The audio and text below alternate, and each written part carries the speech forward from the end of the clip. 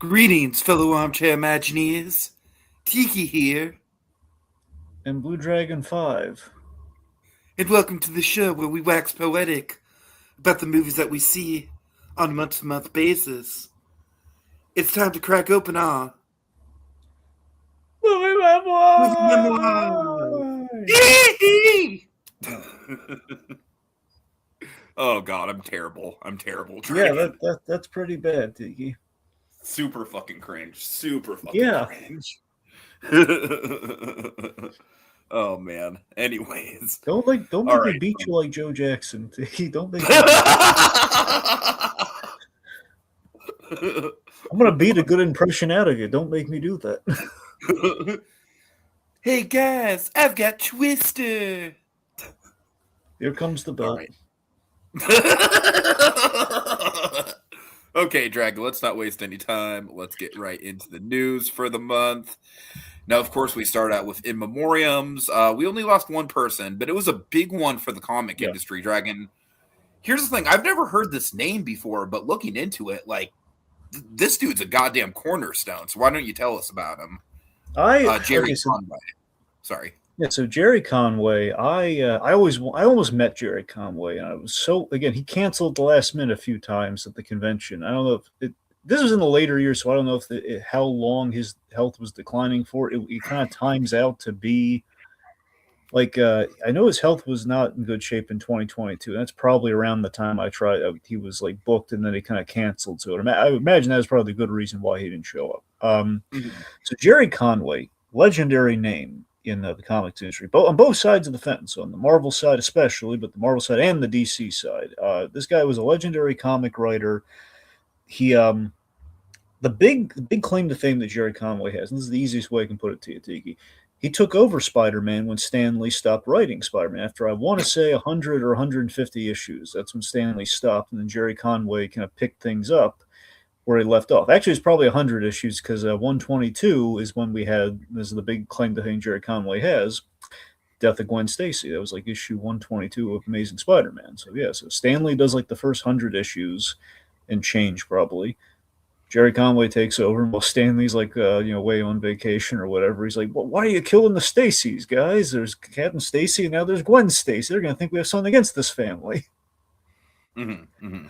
But yeah, so his big claim to fame, he took over writing Spider-Man, and of course But I feel like that storyline, the Death of Gwen Stacy storyline, I really feel like that was and because me, Dragon, like Spider-Man is one of the few comics that I actually know pretty well, at least like the early like 60s, 70s stuff. Because I had the those Essential Spider-Man books, the old black and white compilations.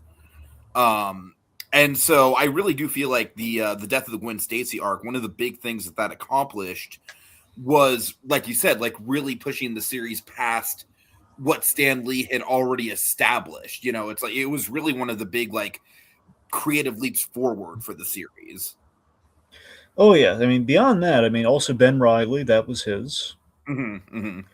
So I don't know if all the Clone Saga is him, but he like fixtures of the clones, so like Ben Reilly and Jackal, like the guy who created the clones. These were like things he put into play, which I think they then ran with. So like a lot of that. So both the iconic and also the infamous with Spider-Man for sure. But our new Spider-Man show we're getting, we can't call that guy Ben Reilly without what Jerry Conway did.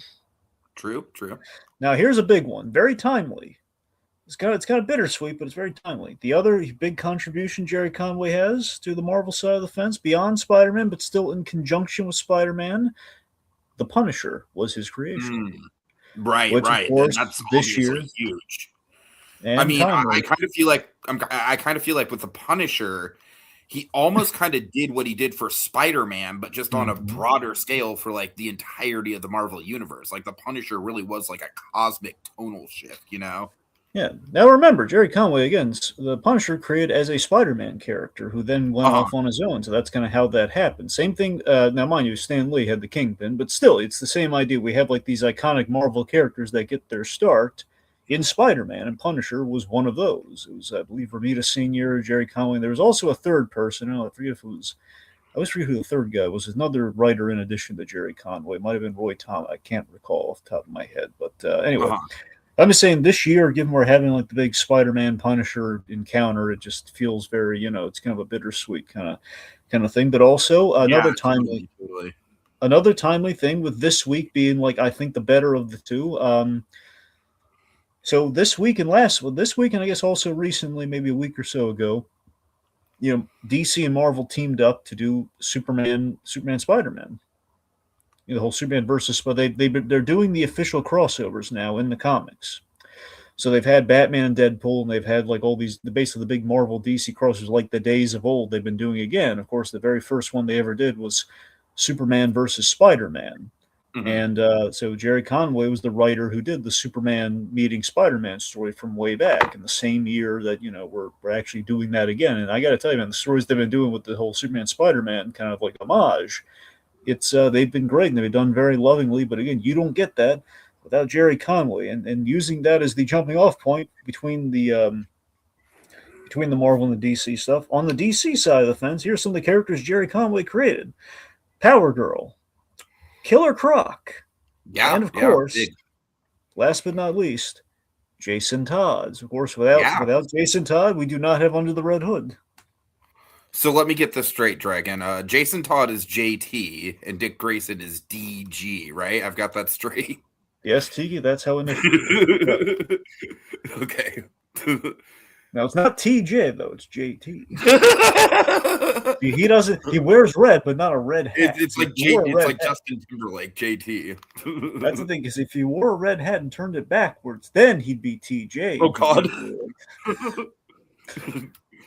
He'd have an emotional out of that dumb fucking whatever. Oh, man. He would have an emotional scene in a cage with a school principal if he had the hat backwards. Oh God.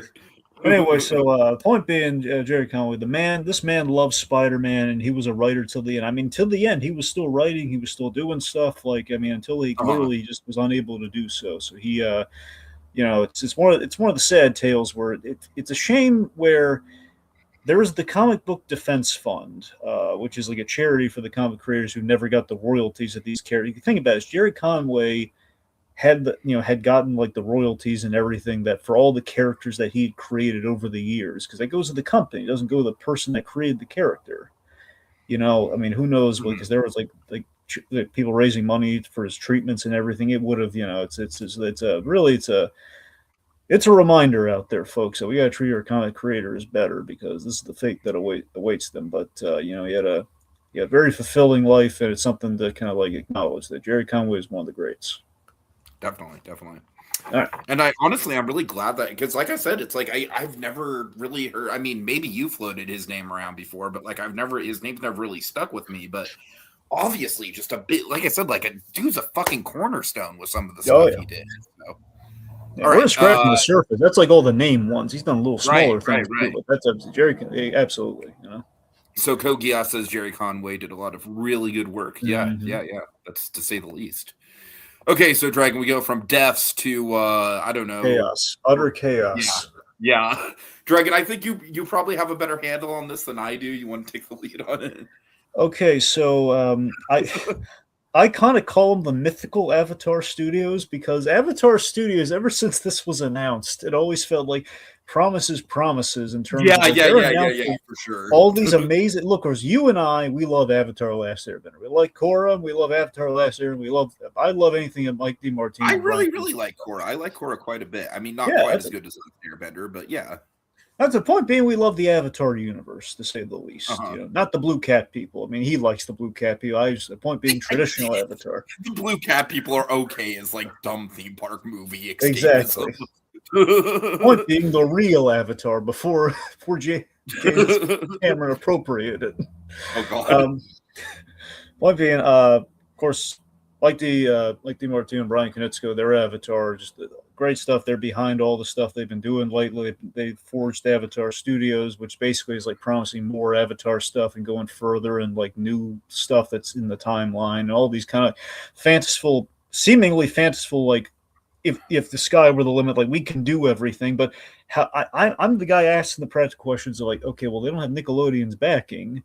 How are they going to be able to do this? Where the heck are we going to watch it? I think technically it's coming to Paramount, but there was never like an official like press release saying, hey, going to Paramount or streaming Yeah, we have somewhere. I that don't know. weird thing where Netflix did the live Yeah, action series, and that muddies the I don't waters. know if Netflix technically gets it. I don't Uh-huh. know.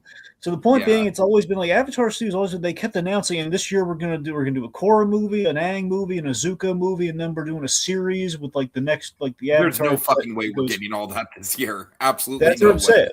So then there's like this series we're supposed to begin that's the Avatar after Korra. So these are like the continuation of the universe. Sounded Yeah. amazing, but I can't believe it until I see it. And there's been not really been a lick of like footage, but boy did we get some.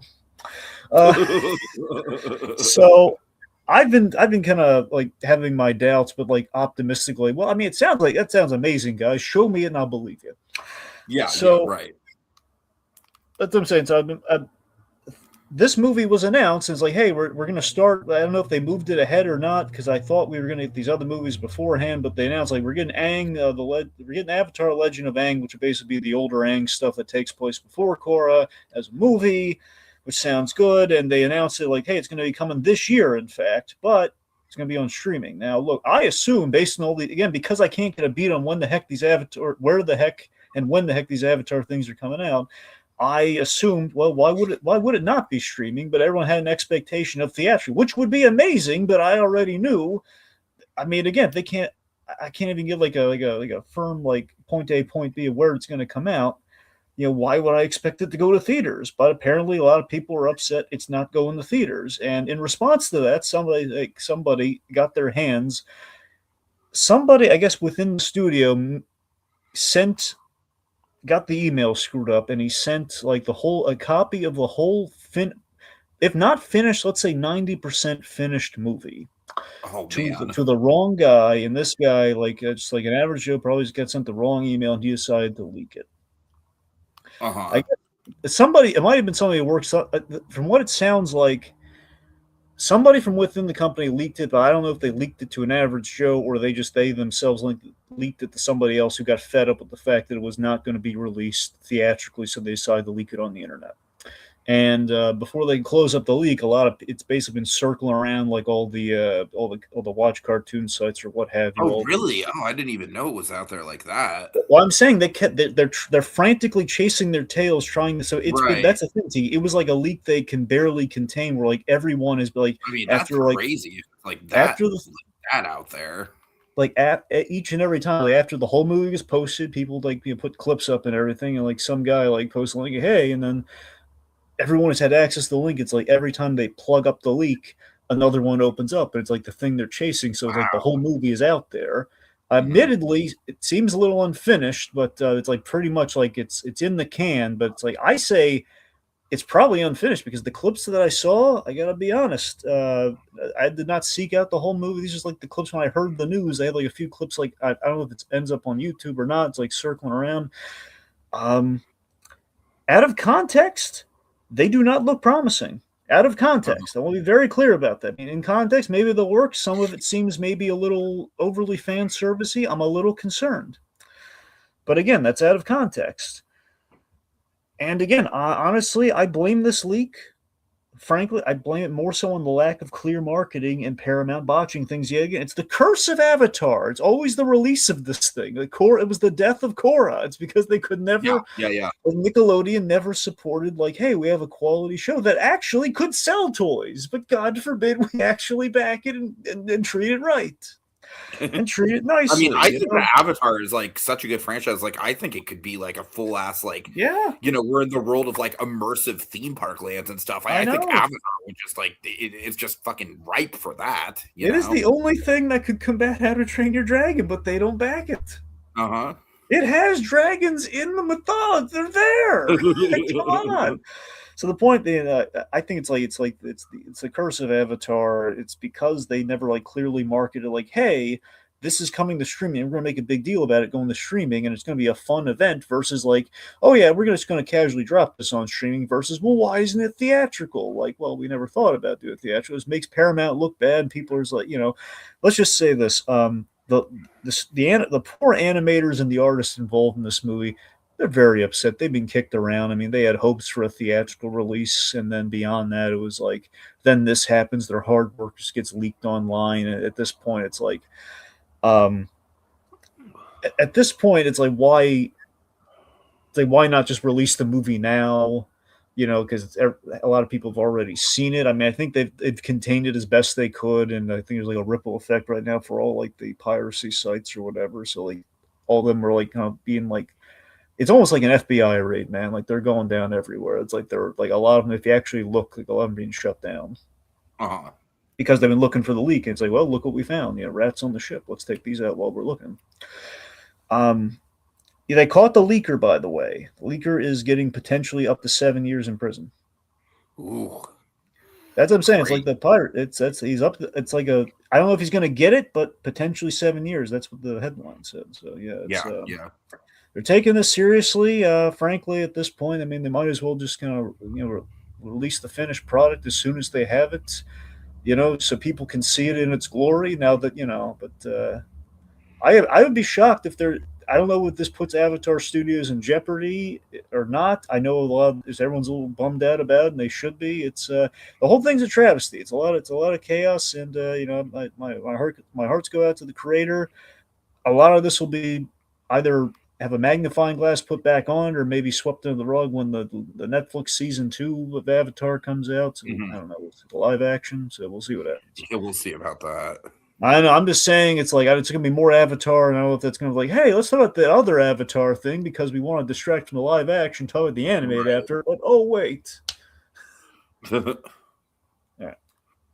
Okay, so the other bad news we have, and this is usually the case pretty much every month, another shitty live action remake, Dragon. Can you believe it?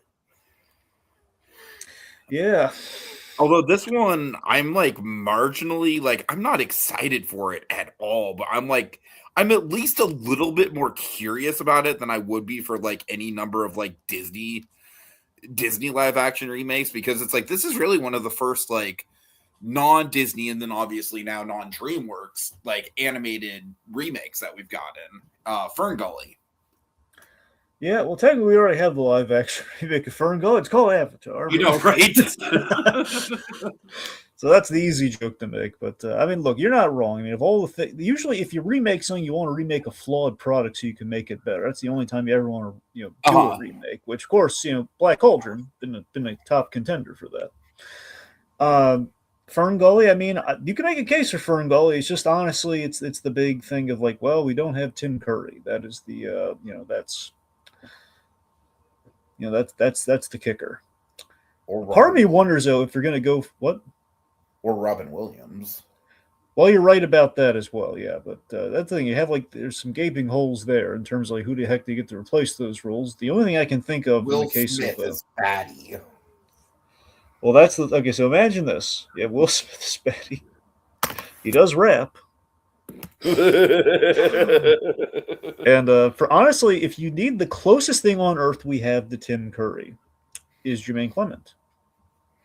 So he is the logical. Yeah, sure. I was thinking maybe also David Tennant potentially. I love David Tennant. I mean, I'm down for that. I don't know if he'd do it, but I mean, sure. I'm just saying that if you need like a sound, like literally, Jermaine Clement's like. No, you're right. As far as like a sound alike goes, yeah. Like I think Tennant would bring his own energy to it, but yeah, Clement would definitely.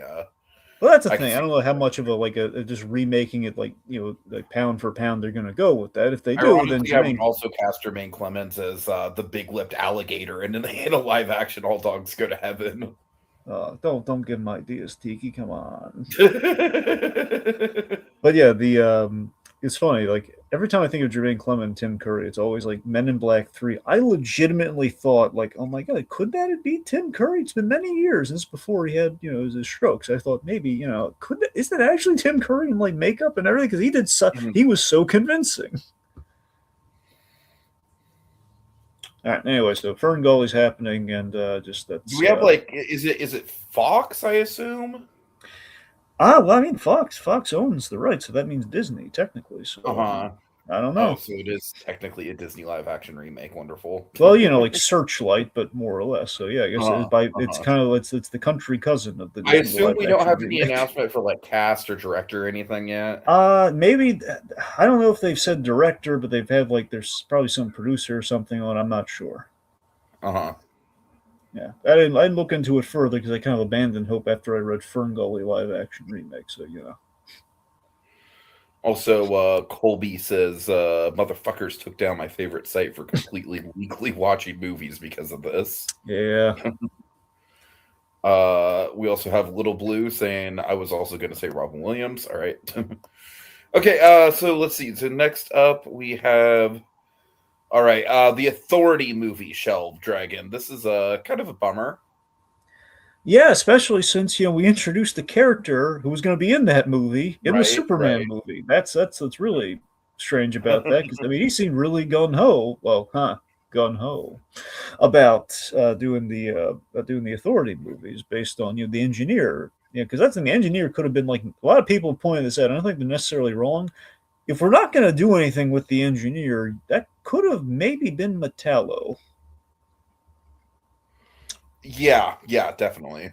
Not exclusively, because with Metallo you need kryptonite, but I'm just saying, Metallo, he has like the nanite thing and the kryptonite modern versions of that story. So the nanite thing I'm saying it's possible. Anyway, um, yeah, it's a shame because the Authority I was interested in because the Authority was one of the inspirations behind the Justice Lords in the DCAU. So I mean, I again, I don't really follow the Authority. I don't know anything about them truly. I just know that they were kind of like the pragmatist version of superheroes kind of idea, like the ones where they would like contemplate killing the bad guy, that kind of thing. And they were kind of I forget if they were Vertigo, which then of course got absorbed by DC or not. So they were very much on the periphery. And Bruce Timm really liked the Authority. So I mean, it seemed like okay. I mean, James Gunn might be on to something doing this, and the fact he's not doing it as a series, which it might be him learning from stuff like the Inhumans. Who knows? Um, I don't know. Yeah, it's a bummer to hear it shell, but again, I appreciate the forthrightness of James Gunn, which is the big thing with him, saying like we couldn't crack the story, we're not going to force it, it's going to be Yep, shelved. He didn't yep. say it's some people have just said like I think shortened it to cancel. It's really been shelved. He hasn't cracked the story. He's got a lot of other stuff to do. Maybe one day we'll see it. It's not really look the Authority, love it or leave it. It's not a priority. I mean, at least as far as we on the outside know. So I'm not hurt about it, but it's a bummer. Yeah, no, I do respect it. I do respect the move because, like you said, James Gunn, he does have a ton on his plate. Mm-hmm. And at least this isn't like a Zaslav situation where it's like they did the finished project and it's like dump it, tax write off, meh. It's like he's canceling it before it gets to that point, so that's already an improvement. Yep. Okay, so All right. brighter news on the DC side of things. Yeah, really quick. I'm sorry. Little Blue is saying Diego Luna was cast as an original character in the Tangled live action remake. So not much to say about that, but you're right. That is kind of a headline. But yeah, go ahead. Okay, so finally, my adventures. I was really pumped about this news. Which, by the way, we should. It's been a minute, dude. It's been a minute. So I was gonna say this is kind of in conjunction with CinemaCon. I mean, they didn't announce it there, but I think just because of like most of the CinemaCon stuff we're gonna be talking about in trailers, folks, because basically it wasn't a lot of stuff that we CinemaCon, we didn't really have a lot of stuff that related to us outside of just like getting trailers and just like a lot of those trailers we haven't seen, like the Avengers trailer, obviously, so we can't really talk about it. So it's just a lot of buzz about movies and stuff, with linked to April because of that. Which I don't know was good or bad for Avatar in that situation. I don't know if that may have contributed to like, hey, we're talking. We're talking this. Oh, by the way, yet another reason, Tiki, for you to watch the studio. I know. They go to CinemaCon, man. Just throwing it out there. There are so many reasons for me to watch the studio. I'm completely aware. Okay. All right. So finally, they announced My Adventures of Superman Season 3, which I was wondering if it was going to even come out this year because I know they've been working on it. So Season 3, we have a release date and we have a few details. So it is coming out June 14th. Mm-hmm. Which is pretty soon. I was like, hey, and they kind of do that. They drop the stuff. Yeah, around Supergirl, they kind of drop stuff like that. Really like smart to drop it around Supergirl. Mm-hmm. We have a poster, and the poster kind of confirms something we already kind of knew, but it confirms one detail we did not know. So, we knew Superboy was going to be included this season, and presumably the Superboy from the Death of Superman era Superboy, like not Uh-huh. the Young Justice one with the T-shirt, the other guy. Right. I know what you're talking about. And technically, Supergirl's nickname, I want to say in My Adventure Superman season 2 was Eradicator. So they here's the thing: they've been building little threads of my Death of Superman. That makes my concern with that is like doing a lot of Death of Superman stuff, and I don't want the Superman to die just yet. I want some time with it. Well, I So mean, that it's like at least we have him more established than Cavill Superman yeah was when we pulled off that shit. But no, I think at this point though, like your reaction is basically like Jack Quaid Superman is so likable, you don't want to see yeah him go, which is a good thing. no, Like that that's means true. he's doing his job. Let me put it this way: if anyone I think could handle that story, it's going to be this crew. These guys know what they're doing with Superman. They're going to tell that story just fine. My hope is that, if I'm a betting man, if they were to kill him, it would probably be at the end of the season, with the hopes of a new season to actually explore that. Because I think we're going to be introduced. We have to introduce these guys. We have to introduce Superboy, and with our poster, and we introduced this character. They're playing the long game, these guys. And I know for a fact they're playing the long game. I talked to David Ergo Jr. That guy, he voiced Mr. Mixia-Spitalik in My Adventures of Superman. And he told me that, those guys, they are hoping to get more seasons. Like they said, if they do like a season 5 or so, Mixie would be the main bad guy of that season. Man, that's Which means they tantalizing. could do the not Emperor Joker per se, but they could do like an Emperor Mixie kind of thing maybe. Uh-huh. But anyway, point being, so they're threading all these little things that do eventually pay off, and one of them was Hank Henshaw. Hank Henshaw was Lois Lane's ex-boyfriend, who looked a lot like Clark Kent, and he is on the poster as Cyborg Superman. So we are him being introduced is kind of like, okay, eventually that guy might become Cyborg Superman. Oh my god, he made the poster. That is interesting. We're setting up Reign of the Superman. We already had Steel. We have introduced all 4 components to one degree or another. So that is it's very exciting. Also, Jessica Cruz, we are setting up a spinoff. Jessica Cruz is going to be in this season. She is getting her own spinoff of My Adventures with Green Lantern. Mm-hmm. And she's a Green Lantern not many people have known about in media, so that'll be cool. All right, I bored Tiki long enough. Let's talk about the big news. What, Ray Gunn? Yes, Ray, have you seen it? I'd be way more optimistic about it if it wasn't under the studio that it's under. I mean, come on, man. Brad Bird. We're getting political here. This is a big this is probably the big dividing point between us, Dragon. I don't want to get into the Lasseter thing. I really don't feel like getting into it. But you and I have always kind of seen that differently. So Okay, look, yeah. focusing on the Brad Bird part of it. Okay.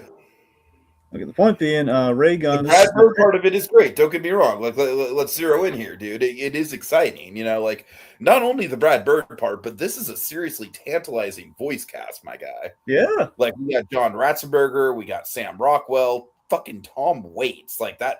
Yeah. That's the thing that really catches my eye. No, I don't know if Waits and ScarJo, who's I'm not like crazy about ScarJo, but she's reliable. She's good. She is built. Come on, man. She's built to be a femme fatale, and that's perfect. Yeah. You're right. You're right. That's what I'm saying. Sure. If any role we could ever give her. Now, the thing about this is, Dragon, this is essentially, and I know this is probably what you're kind of like. I don't mean to bring the mood down with the Lasseter thing. I really don't mean to, but this is essentially what we've always wanted for the most part, Dragon. We've always wanted Brad Bird. It's not black and white. It's not Paperman style or anything. But I think this is about the closest we're going to get. It is a Brad Bird detective movie. And you got to remember, okay, so Ray Gunn was the movie he was going to do before Iron Giant, but because of kind of contracts and everything, because he developed it. I forget if it was because he developed it at Warner Brothers. I'm trying to remember. I think it's because he developed it at Warner Brothers. They basically had lock and key on the script, which means if it was being developed, he can't do anything with it. Uh-huh. It was either that or he took it to Fox and it happened there. I can't remember if he started there and then because eventually he goes to Warner Bros. With Iron Giants. I want to say it was at Warner Bros. And that's why he was in the neighborhood for Iron Giants. I'm pretty sure like Ray Gunn was like his like things aren't going well for me in the industry. Ray Gunn's like is my ace in the hole, and then it kind of fell through.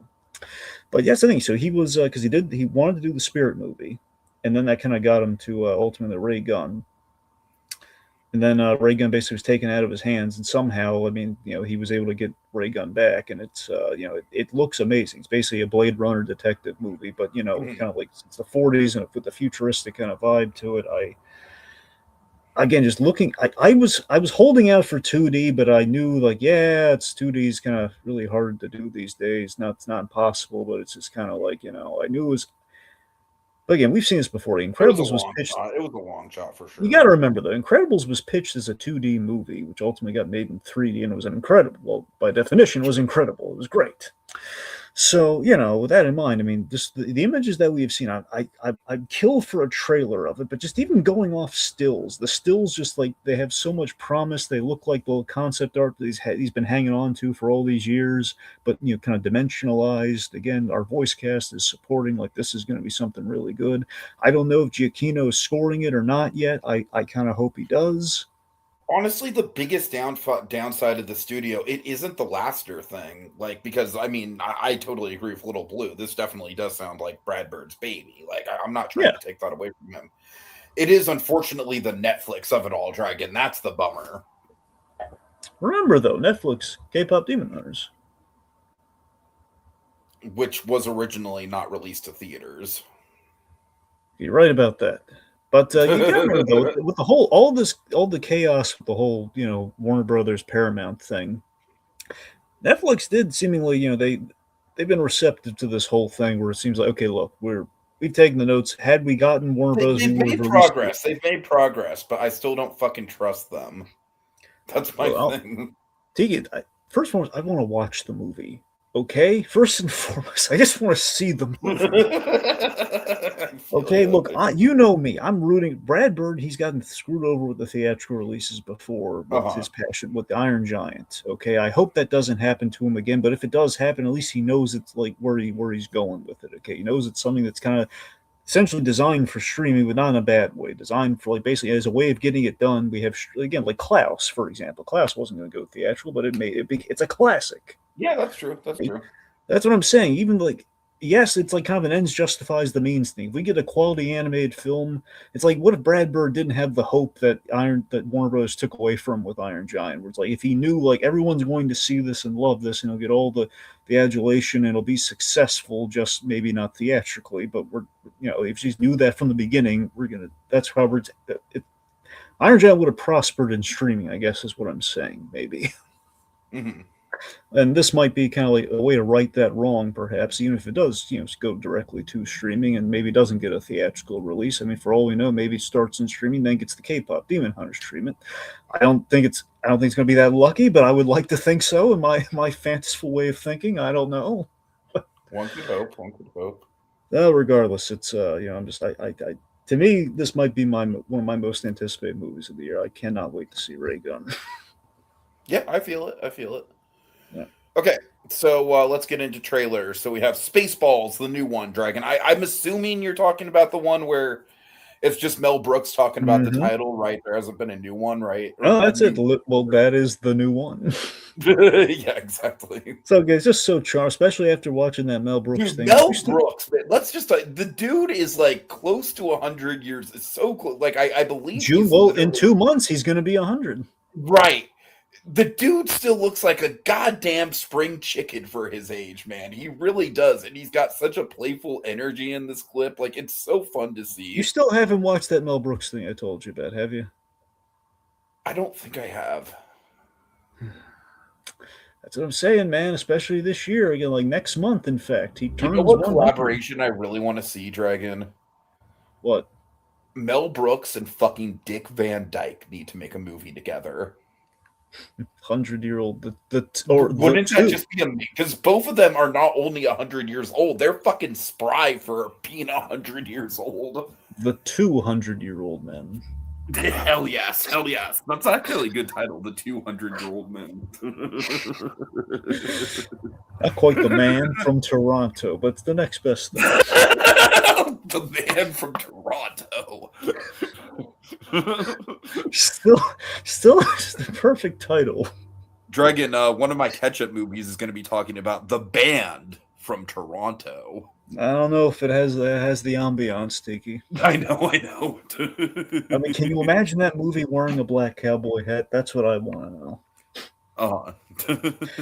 Anyway, but yeah, so I don't know. It's just so darn charming. Just says, I like he's just addressing because everyone and their mother is going to say, well, they said Spaceballs 2 was going to be the search for more money, and a great answer as to why. We found the money. We found the money. It's right there. It was in my basement. I love it. That's such a fucking goddamn classic Mel Brooks line. Like, here's the thing, Dragon. I'm gonna say something that this might be bold, okay? This might be a really bold statement. I legitimately think this movie, like, unlike most legacy sequels, I think this legitimately might have a possibility of being better than the original. Because I don't love the original Spaceballs. I really don't. I like, compared to like the Young Frankensteins and Blazing Saddles of the world, I think it's kind of a lower tier Mel Brooks. Like, it's not bad. It's got its moments, but here's the thing. Star Wars, with what Star Wars has become, Dragon, there is so much material to poke fun at, right? So it's like, for example, we have the new Scary Movie coming out. I'm like mildly interested in that because there is a lot of, there are a lot of new horror tropes that have come out since, basically all the art house horror stuff. But I don't have faith in the new Scary Movie because I think it's pretty much just going to be the same creators just playing the hits again. But with this, it's like, it's still Mel Brooks, and Mel Brooks just like with that money thing, the whole we found the money thing. It's pretty clear. It sets a tone. He has not lost his edge when it comes to satire, man. He really hasn't. So I don't know. Like I said, I think the fact that Star Wars is what it is now, this weird fucking monolith of pop culture that Disney kind of ran into the ground, there's so much room to work with for a satire there. Like, I truly think I think it's very probable that this ends up being more memorable than the original Spaceballs. What's your take on that? Well, I mean, look, with it being Spaceballs, the new one, they're going to be taking a stab at the like the Force Awakens era of Star Wars for sure. I mean, the whole reboot kind of era, and like what we're like just parodying that and just making fun of that, and that's going to be hilarious.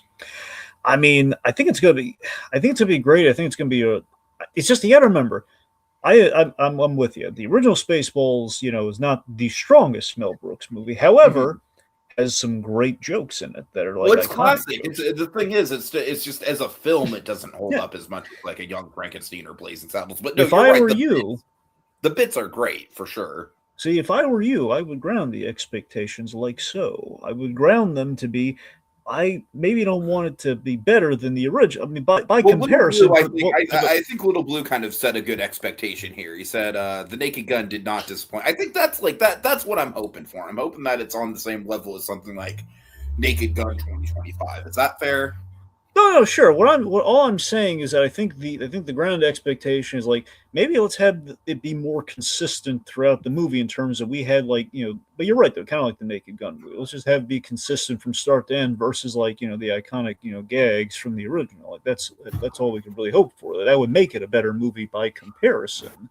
But sure. Maybe not supersede the original, but still, what would be amazing?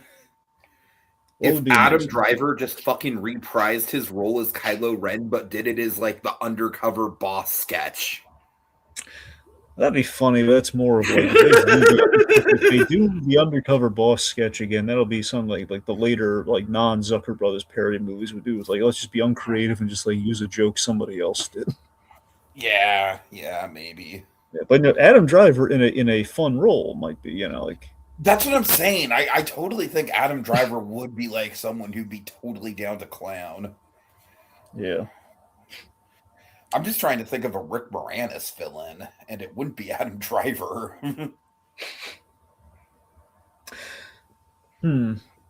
Well, that's the thing. Yeah, I mean, you have to wonder like who. So dark. So again, in theory, if we're doing a parody of Force Awakens, we would have a Kylo Ren fill-in. So it's not Rick Moranis, but it would Right, have to be right, like dark. right. Maybe okay. Remember the whole thing of like you Maybe like killed. Bill Hader potentially. Okay, well, hold on a second. I just want to get this in. You're right. The bill here would be great. But imagine this, okay? So in the original Spaceballs, you have the gag of like, you are my father, but instead of you're my father, it was like you are my brother's my brother's cousin's like third remove. Like, what if that was like the relation for a Kylo Ren s character, and it was Bill Hader? It's like I love it. he was the descendant who was like not directly the son, but he was. It's like the third nephew removed or something. Oh God. So yeah, I am really looking forward to this for sure. Now this is actually funny though. Keeper Colby has a really good idea though. What if John Boyega this is the way to stick at the Star Wars? What if we give him a really prominent role or something? That would be funny. You actually gave him he can do anything he wants in Star Wars and then make fun of Star Wars. Because literally in the last Jedi, or not the last Jedi, in Rise of Skywalker, like at least half of that dude's dialogue is just him shouting, "Ray! Ray!" Yep. All right. He got Okay, so he got a very profitable thing advertising Ray Bans though after that movie. oh god, yeah. So Supergirl got a new trailer. We got a really good look at Jason Momoa's fuck. Why am I help me out here, Dragon? How dare you? Lobo. I got there. There I you got go. there. Oh god. Yeah, it looks really good. I keep forgetting that Craig Gillespie is directing this, and that's really Mm-hmm. exciting. Like to me, that's almost like it's not quite as hype as a James Gunn movie, but it's kind of in that same ballpark. Like I really trust Craig Gillespie as a voice. So I'm kind of here for it. Dragon, the one I have a couple concerns. One is that the other female character that's following her around, do we know much about her? Well, she's from the comic. Basically, it's here's the thing. It's from the comic, but the premise of the comic, as we see in the trailer, is a little refocused to crypto. So that's why I'm unsure of like basically it's kind of Kara paired with this girl, and she's protecting the girl in her like drunken binge party across the galaxy. That's how the comic went.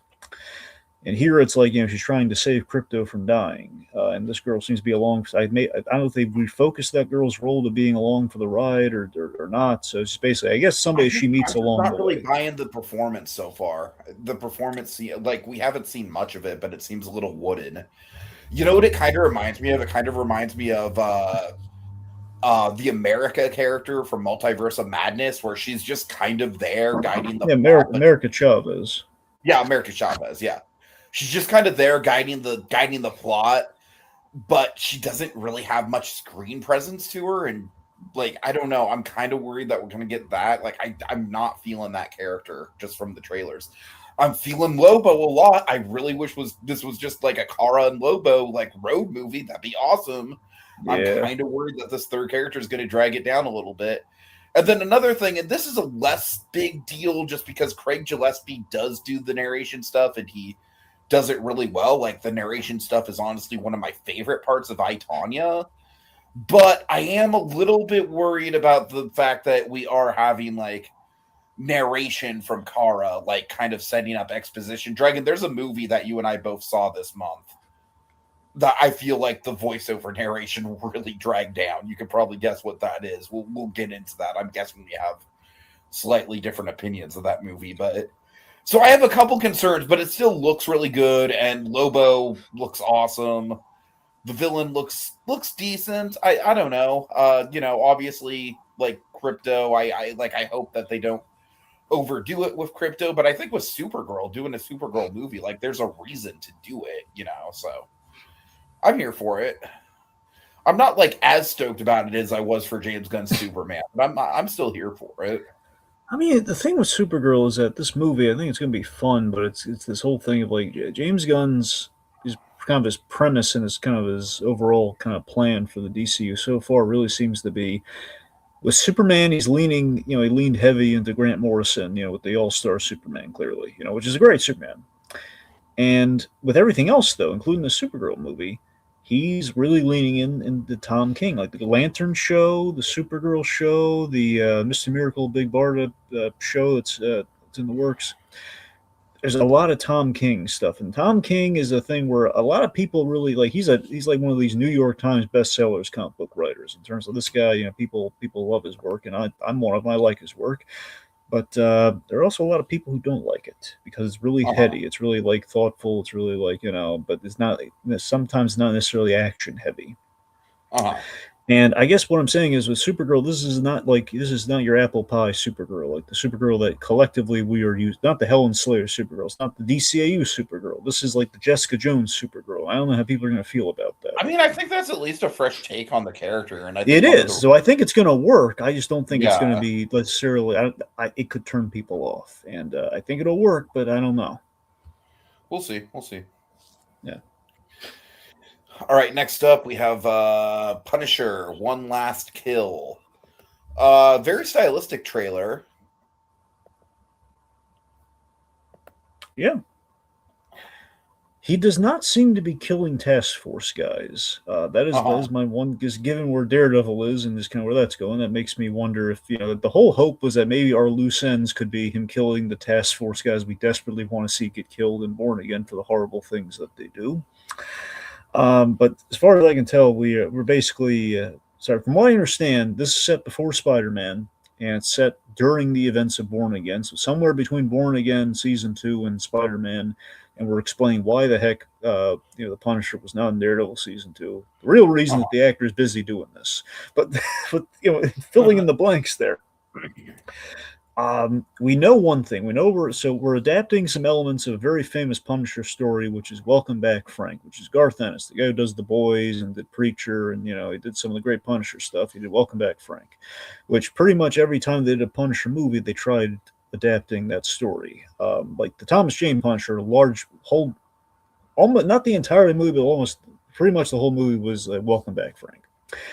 And we know one of our bad guys in this, Nucci, and who we've name dropped in the MCU, like briefly. It's like at the end of season 2 when he's actually wearing the skull and he's wasting everyone. So we mentioned like the Nucci crime family here and there.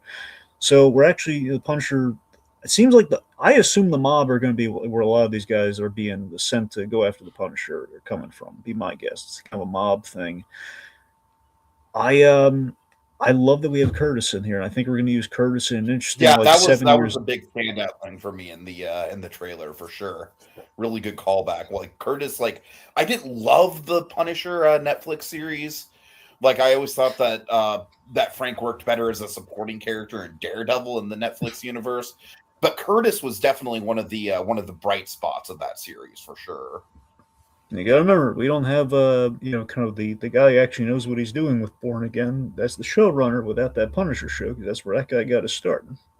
That's true. Anyway, but yeah, so Curtis, let's just say I think we're doing something really interesting with Curtis. It'll be kind of like a big swing, but in a good way. Like okay, we're going this way with this. It's very much going to be like an internalized Punisher story, I think. So I'm looking forward to it. I'm just a little I was really looking forward to seeing him kill hopefully Powell from Born Again. Everyone hates that Powell guy. I was really looking forward to that, but I don't think we're going to get that.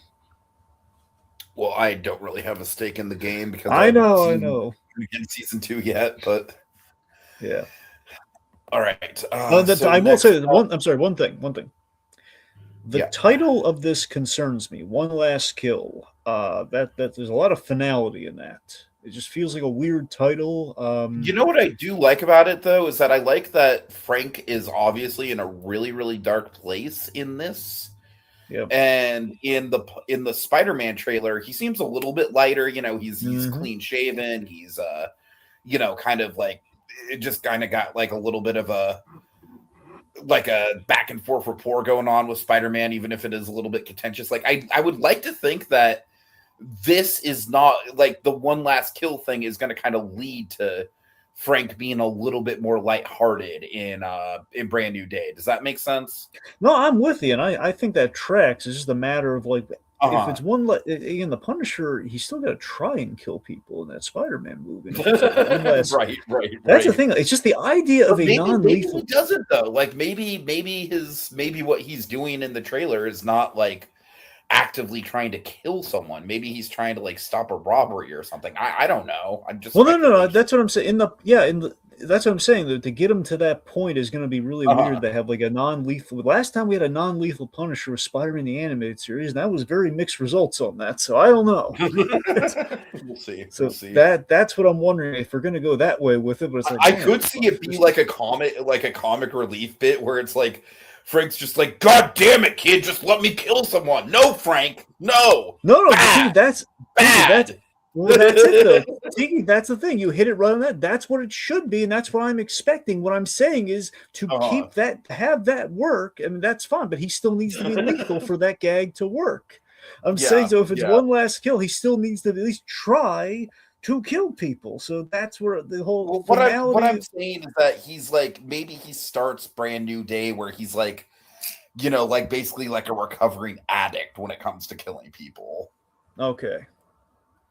All right. Anyways, Clayface. This is my most anticipated franchise movie of the year. Not my most anticipated movie in general, but definitely my most anticipated franchise movie, except maybe Dune. Like it's up there though. It's very much up there. Holy shit, this thing looks intense. Like, are you even gonna see this, Dragon? Because this really looks like it kind of touches some of your nerves. Well, it's kind of protected under the whole it's Clayface thing, so I think I'm good. Okay, but no, it looks really good, man. This teaser's great. And it's one of the few fucking CinemaCon teasers that we actually got online. So thank you, Warner Brothers. Yep. So Clayface, this movie sets the right tone. We basically confirm, okay, it's Matt Hagen, the actor, because it was unclear if it was going to be Basil Carlo or Matt Hagen. It sounds like we've confirmed it's Matt. It's the Matt. So it looks like it's basically adapting the Batman the animated series, like Feet of Clay. Yeah, like it's a grittier version of that. Yes, that's pretty. Yeah. Uh-huh. So that's the thing. So it's kind of we're doing the Matt Hagen, the actor. Still doesn't answer our Creature Commandos questions with the whole that Clayface who seemingly dies, but we're not going to cross that bridge quite yet. This is supposed to be in the DC universe, though. This is set way before Superman. Colby, if you haven't seen the Clayface trailer, yeah, I would definitely look into it. It looks super interesting. Oh, yeah. So basically, as far as we can glimpse from the really cool trailer, and it's very well executed. Of course, Mike Flanagan, excellent director. I love what he did on Life of Chuck. I think he's really good. Of course. He's done other things, too, which Is he directing it or just producing it? What? I thought he was directing it. Are you sure? Like, I have to look. I'll look into it. Oh, I know he wrote it. I don't know if he's writing and directing. And he is a pretty prominent. Hold on. That's because I knew he's heavily involved in this. I don't know if he's directing. He is definitely writing it, and maybe he's probably producing it. I don't know if he did. I don't know if he's the. No, he's not writing it. He's directed by James Watkins. Let me see what else James Watkins has made. But yeah, he did write it. Okay, so he did write. Yes. Okay. Anyway, so the point being, Flanagan, good director. Oh, that's okay. So James Watkins, he did the Woman in Black, the Speak No Evil remake. So he's basically a horror guy. Okay. Like honestly, a pretty standard studio horror guy. Like not the most exciting pick, but we'll see. Well, remember, even if you give a standard like horror director you give him a really good script, though, it might bring something out. That's true. And none of his movies have been bad per se. I just like none of them have stood out as great, like a great Mike Flanagan horror movie. Like that dude's directed some classics. That's the thing. I mean, that's the thing. Give him some Mike Flanagan material, Anyway, so the point being, it's we're doing Clayface, pretty much like Batman the animated series. It would seem that we have a mob disfigurement, like the mob probably disfigures him in a more brutal way than like them chemically, doing whatever they're going to do to him. It seemed from the trailer, it looks to me that it's an actor who gets in bed with the mob, and the mob, they cut him up, they ruin his acting career, and he then takes an experimental chemical thing, like an equivalent to Renew You, or I'm gonna here's what I'm gonna geek out about. If they say Roland Daggett, I'm gonna be like, oh my god. That'll be if they say renew you, Roland Daggett's like a figure in the movie that he's also wants to get revenge on. I think first and foremost it's gonna be, kind of like him getting revenge on the mobsters that's figured in the first place, now that he has the renew you and everything. That'd be, again, the big hope with Clayface is that it might be like Darkman, but more of like a tragedy. Sure. So the big question with this movie is, do we have, I know this is a different Batman. I'm just saying that it's similar to how we did it here. We have a Batman cameo at the end, kind of like we did with the Penguin. Mm-hmm. But the Penguin show, we didn't have Batman in that per se, but the idea is like, could we, even though we don't have a Batman actor yet, could we do like the Gotham Central route, like the comics, where the idea is Batman is not really in that comic, he's not in that story, but we have a shadow, we have a silhouette, we have just enough to suggest Batman, which basically is like Clayface has his origin story, he has established. Who will ever stop him? What is in store in the future for Clayface? Batman shows up. All we need to know. That's how you do a Clayface movie. Basically, it's how you do an actual villain movie without softening the villain or making him an anti-hero. It's like, okay, this guy's a problem. Sony. Yeah, take that, Sony. So you actually have the hero, at least heavily implied, not just like, a poster or a graffiti on a wall. You actually have the guy. We established the guy. They have him in the newspaper. Batman's around, perhaps. I don't know. Like, we say, oh, yeah, the concept. Hey, the mob needs to do something to Clayface because Batman's been putting the kibosh on their operations, something like that. We establish. Don't be afraid to say the word Batman. That's all I'm saying here. So the face bit looked really cool too, and the poster. The poster looks really sweet, and like him doing like a little face swoop, like face is gone. Looks great. Yeah, that moment definitely creeped me out. And the big build up that we're doing, and it's been really great. Sure. The shock and awe moment is going to be if we do the full body Clay transmogrification. Totally. If we do the whole, if we saw like a little silhouette on the wall. We saw his hand turn into the mace, which implies we will get a full body traditional Clayface, and it will be amazing. Yeah, definitely. Yeah. Okay. Okay, Coyote versus Acme. I don't want to spend too long on this because we're already kind of over time here, but I mean, yeah, it looks great. I really like that. With The Day the Earth Blew Up, I did appreciate that it was by and large just a Porky and Daffy movie, but it's really refreshing to see that this is like all the Looney Tunes are here. That's kind of my main impression. I really like the idea that Foghorn Leghorn is Acme's lawyer. That's so fucking clever. I love that. Well, no, he's not the lawyer. He's like the head of Acme. Oh, is he? Are you sure? Okay. Well, I mean, look, no, John Cena is the lawyer. Okay, John Cena is Acme's lawyer. Okay. Now, Foghorn Leghorn is the guy putting pressure on John Cena to deliver the verdict. So he's like the guy golfing. Fucking Foghorn Leghorn is basically the villain, which is he's the thing. He's essentially the villain, or he's the mouthpiece for Acme. He's like he's the. That's awesome. That's amazing. So Coyote vs. Acme. This is like the little engine that could movie for this year. We're all desperate. I think this movie deserves all the money this year. Let's be honest. Mm-hmm. It looks very promising. It's finally happening. I heard this was like a CinemaCon thing too, where apparently they had there was a protester who dressed up like Wile E. Coyote, holding up like a sign against like release Coyote versus Acme. They invited him to the panel. It was like really cool. Oh, nice. So point being, this thing about this is kind of the third in the trilogy of the live action Looney Tunes movies. I know technically Space Jam got the sequel, but this is like the real, in terms of three different movies, this is I would definitely count this as like the third of the trilogy. Yeah, absolutely. Yeah. Because the thing with that Space Jam movie is that like a lot of it was just straight up animated. You know what I mean? Like big portions of it were. Yeah, but seriously, in terms of like the live action hybrid approach to the Looney Tunes, which we are used to, this is how you keep it fresh, man. This is how you do it. It's a legal drama, but with a Looney Tunes vein on. It's a parody of the legal movie, which is a hysterical. Just the premise of this movie always captured my imagination, and I was like a casual, like, oh man, I would watch that too. Like, oh man, now I have to watch after everything this movie's been through in development and everything. Yes, we have to watch this movie. Yeah. And I love that Will Forte is kind of in the Saul Goodman position. The idea that we established that he was a Saul Goodman lawyer in terms of like, this is a guy who's going to settle him. He settles like crazy, but this is the one case he's going to take the trial with everything falling against him. It's like Saul Goodman's worst nightmare with Looney Tunes in it. And I love it. Mm-hmm. Definitely. Love it. Right. Okay, so let's get on after like fucking literally it'll be like a whole hour. That's fine. It's fine. We don't have a lot of movies though. No, you're right. We don't, by and large. Okay, new releases. Super Mario Galaxy. Look, we did a whole spoiler cast on this. And Dragon, frankly, I find the online discourse about this movie to be so fucking exhausting. So I'm just going to leave it at this. Like, I like the movie. To quote Kevin Smith, I was a fan and I was served. Like, that's all there is to it. Is it a deep plot? No. Do I really enjoy seeing, like, the game put on screen in a really big theme parky kind of way? Yes. Do I enjoy seeing the characters and pointing at the screen like Leonardo DiCaprio? Yes. I get that it's not deep. I get that you could have done more with Rosalina, but by and large, I enjoyed it. I'm probably never even going to watch it again, but it was a good time for what it was.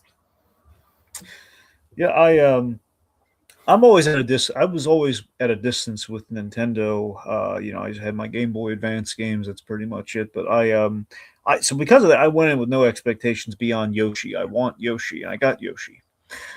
It was a great time, man. I loved the Mario, Luigi, and Yoshi dynamics so much. I was rooting for Mario and Peach, man.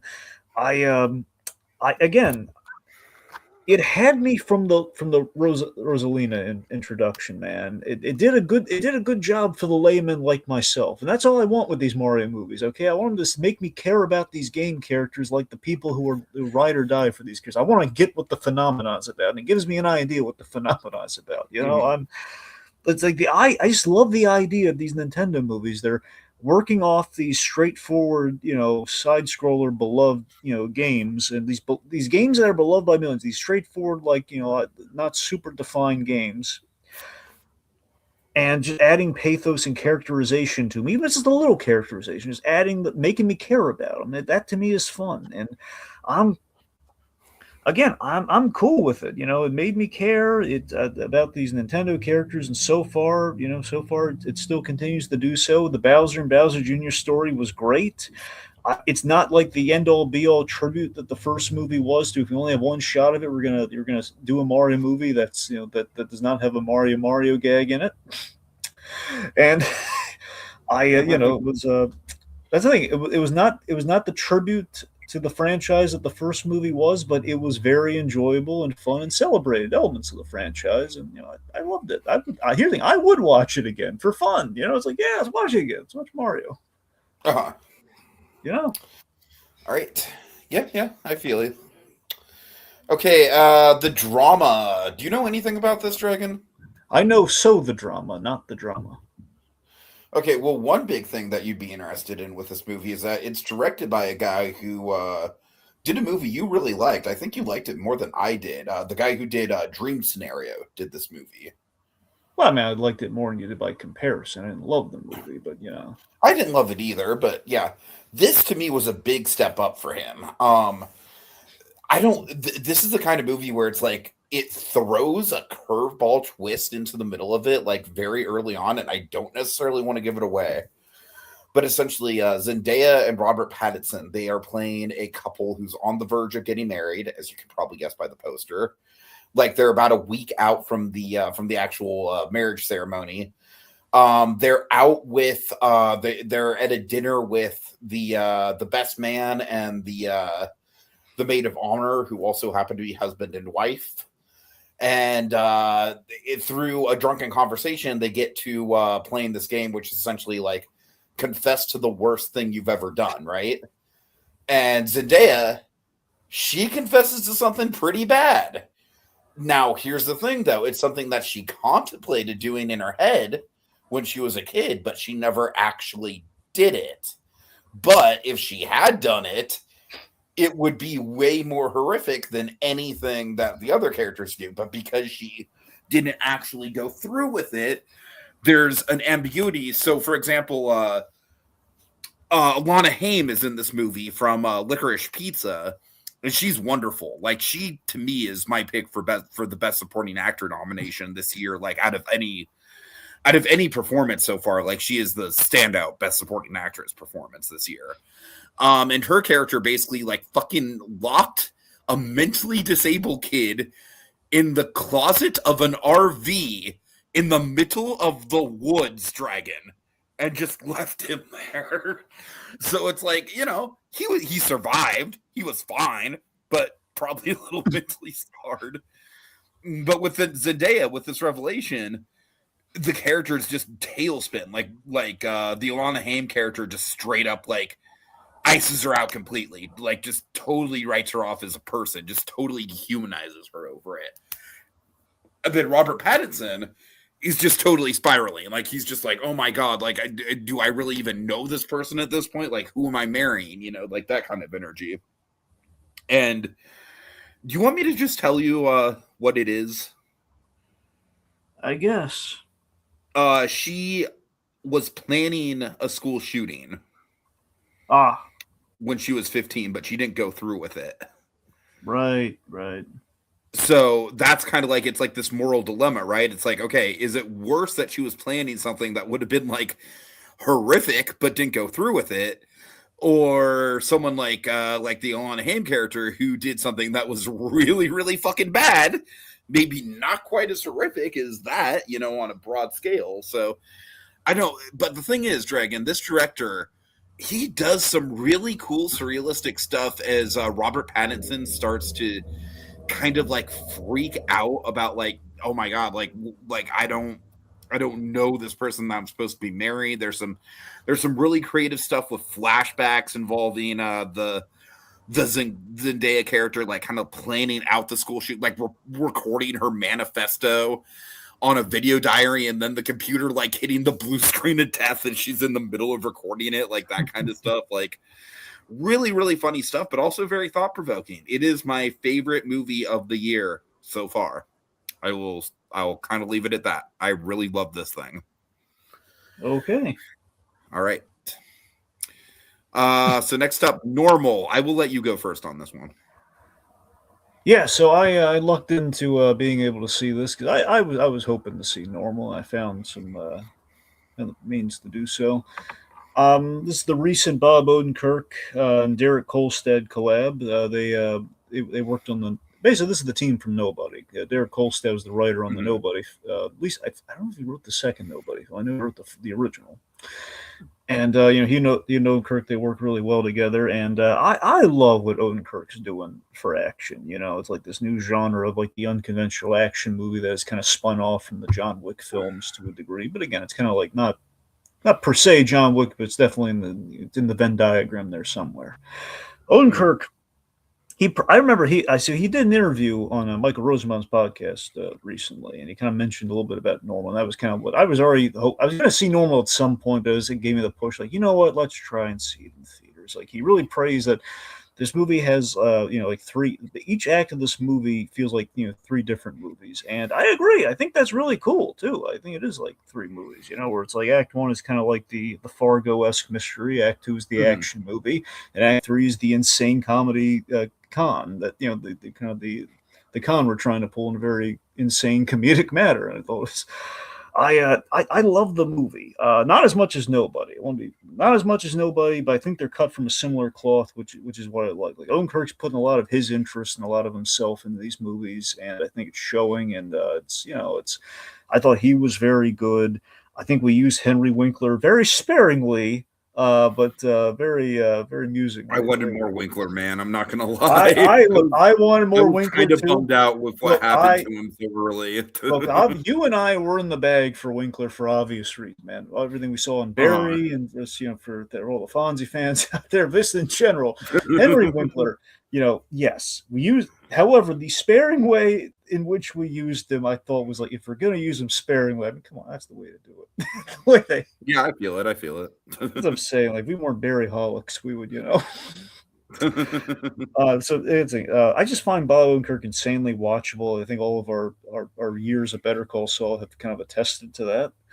I think the movie reflects that. The man is watchable in the situations we put him in. As far as the narration goes, I mean, look, I don't think it kills the movie. I mean, I thought, yes, you're right. It's a little forced, but I thought it was fine. I don't think it kills the movie, but it's by far the biggest issue I have with the movie. I'll put it that way. I don't think it was necessary at all. No, it's just kind of nice to hear him editorialize what's going on. I mean, you're right. The reason for wit is kind of like, well, that's kind of a dumb reason to have narration. But aside from that, it's like, okay, you're kind of talking about like life and just the town and basically it's the Fargo homage. We mainly get just in Act One, so I don't know. Dragon, I like this thing. I definitely didn't love it. I definitely won't say I loved it. I like it's a likable little movie. It's I don't know, man. Like I'm not really an action movie guy, as you know, so that's maybe one thing that I'm kind of like a little bit hesitant on. Didn't this give you Didn't this give you a little more than the standard action, though? Didn't it give you like something that felt a little refreshing? Yeah, but I just wonder how much of that is just coasting on Bob Odenkirk being likable, though. I don't know. I don't know. And would you rather have been unlikable? Would you? No, that's not what I'm saying. All right. Okay, so next up, these next two are going to go. Yeah, it's all you. So you did not see Michael. I tried. I was unable to achieve it in the time. Dragon, it's basically exactly like, here's the thing. There is no fucking character depth in this movie whatsoever. Really? None. Fucking zero, dude. Fucking zero, okay? Like, they get a little bit into, like, Michael Jackson being a man-child, but they don't, like, explain it. Like, they don't go into it, like, on a deep psychological level. I mean, your whole, like, Joe Jackson beating him, yeah, that's it. That's literally the whole character. It's like, like, Michael's like, but I think we did pretty good, Joseph. And then Joe's like, come here, Michael, I'm going to beat it out of you. I'm going to beat the perfect pitch. It's like, look, Coleman Domingo, I love Coleman Domingo. I think he's one of the best actors we have working today. He's great. The character, like, he might as well be playing fucking Snidely Whiplash, Dragon. Like, really, I'm not kidding. With Coleman Domingo. I'm really looking forward to the next movie he's doing. He's doing the Nat King Cole biopic. That's cool. Yeah, for sure. There were some moments in this thing that were unintentionally just really funny to me, honestly. Oh, you mean when Joe Jackson's beating him within an inch of his life? That part? No, I mean when he fucking pulls up to he goes on a shopping spree, and he pulls up to the Jackson mansion, and the rest of the Jackson 5 are just out there playing basketball, and they're like, being manly men, and he's just like, guys, look, I've got Twister. I don't know. There's just something about that was just really funny. I'm going to go play with Janet. No, I'm going to go play with Bubbles, Dragon, because that's actually what happens. Janet doesn't even fucking exist in Well, no, that's what I'm saying. It's like he's playing with it's like, I'm going to go off in a scene that we're not going to develop this, so I'm going to go play with Janet, who's not in the movie. No, I mean, look, my biggest issue with this movie, honestly, the first half, I thought it was fine. I thought it was like Bohemian Rhapsody levels of like, all right, this is okay, I guess. It's not. Didn't they focus it to the 80s the whole movie though? Isn't that like? No, we get his childhood. We get. Well, sorry, I mean the childhood until the 80s. That's what. Sorry, I mean like from the Yeah. It ends, but that's a big issue with it though, is that it just kind of ends, and it's like, okay, but you heard why that happened, right? I know why that happened. Yes, I do. But it's still like, okay, like we really can't. Dragon. It's my analogy is it's basically like making a Titanic movie and then ending the Titanic movie like, oh well, they're approaching the iceberg, but I'm sure it'll be fine. Like, I really mean, though. how much of it do you That's what think it is feels like like. them? Like literally, there's a scene where he's in bed with Bubbles, and he's like showing him a Peter Pan book, and he's like, "One day, Bubbles, I'm gonna have my own Neverland." It's So Dragon. I would recommend watching it when you can. All right, because I don't think it's badly made. Like Coleman Domingo does a good performance for being a pretty surface level bad guy. And Jafar Jackson, I will give credit where credit is due, man. That motherfucker is putting on like an uncanny performance. Like it really feels like the man. All right, like, and it does do a good job of like illustrating why Michael Jackson was such a big deal. Like with the with his stage presence, with his dance moves and stuff like that. Like it does a good job with that. At the end of the day, this whole movie it's basically a concert movie for as much depth as it has. It's basically like a long stream of like performances and recreations of music videos and stuff with like some minor little like Joe Jackson drama mixed in, like, every so, and Joe Jackson even kind of falls off as a character like towards the end of the movie, and then he kind of like comes back into the movie as the person who forces Michael Jackson to do the Pepsi commercial. And I don't even think that was like true in real life, like I think that was just put in there to give the audience a reason to, oh, Joe Jackson's such a bad man. It's a mess. It's a little bit of a mess, but I did have fun with it, and it's well made, and it's got some good performances. So I don't know. I can't say it's a complete bust. I certainly don't think it's like 33% on Rotten Tomatoes bad. Like, I think it's like, I would give it a solid C, honestly. all right. So, yeah. Okay, next up, we have Lee Cronin's The Mummy. I will make this quick because this is like so a movie that you would never watch, Dragon. For me, I liked it. On the asterisk that it is not really a mummy movie. It is basically an Evil Dead movie by way of like, oh, she happened to be buried in a sarcophagus for a little while, and now she's come back and she's wrecking havoc like an Evil Dead Deadite. That's basically the movie. And on that level, it's fun. Lee Cronin also directed Evil Dead Rise, which I really liked and is a better movie than this. I don't think this movie's really terrible. It's not great. But it's got some fun set pieces. It's got one moment, Dragon, with it involves a toenail. That's all I'll say. It was maybe one of the times in a movie that I had to just like straight up look away from the screen the most. Like that rarely happens with me in horror movies, but that moment got me. I straight up was like, I can't look.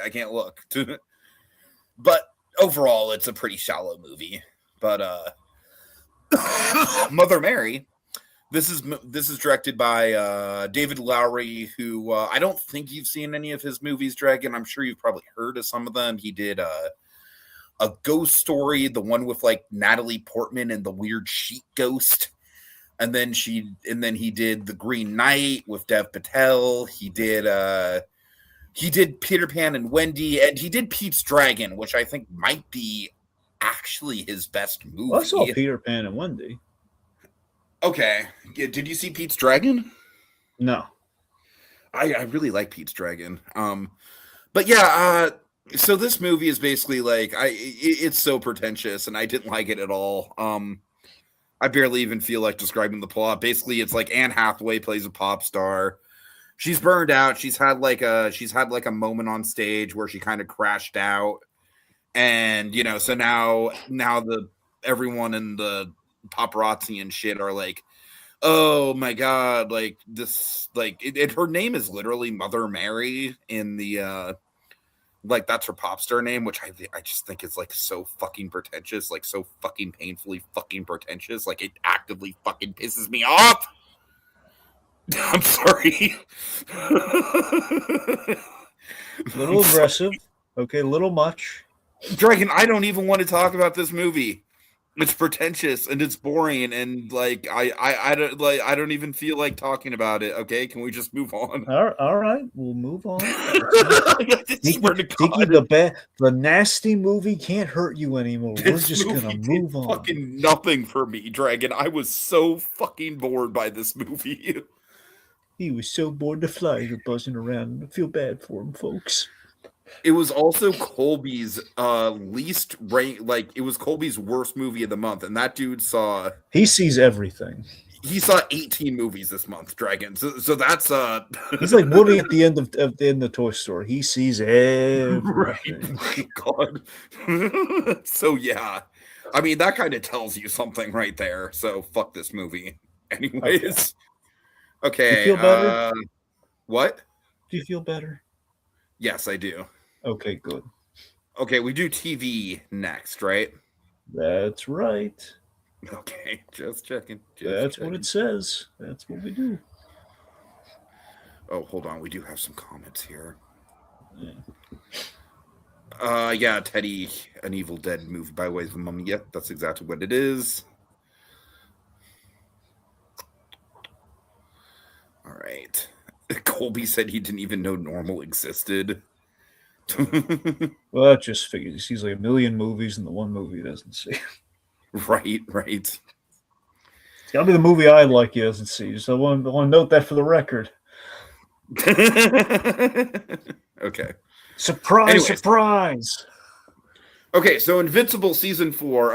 I kind of laid out a lot of my thoughts on Invincible Season 4 in the penultimate episode recap, where it's, for me, the season is very similar to Breaking Bad Season 4 in the sense that some of the biggest and probably most iconic moments of the series happen in this season, but just structurally, I didn't think it was quite as good. Like, I feel like being like Cecil, this is by far Cecil's least amount of screen time in any Invincible season. And Cecil to me is kind of the heart and soul of the whole show.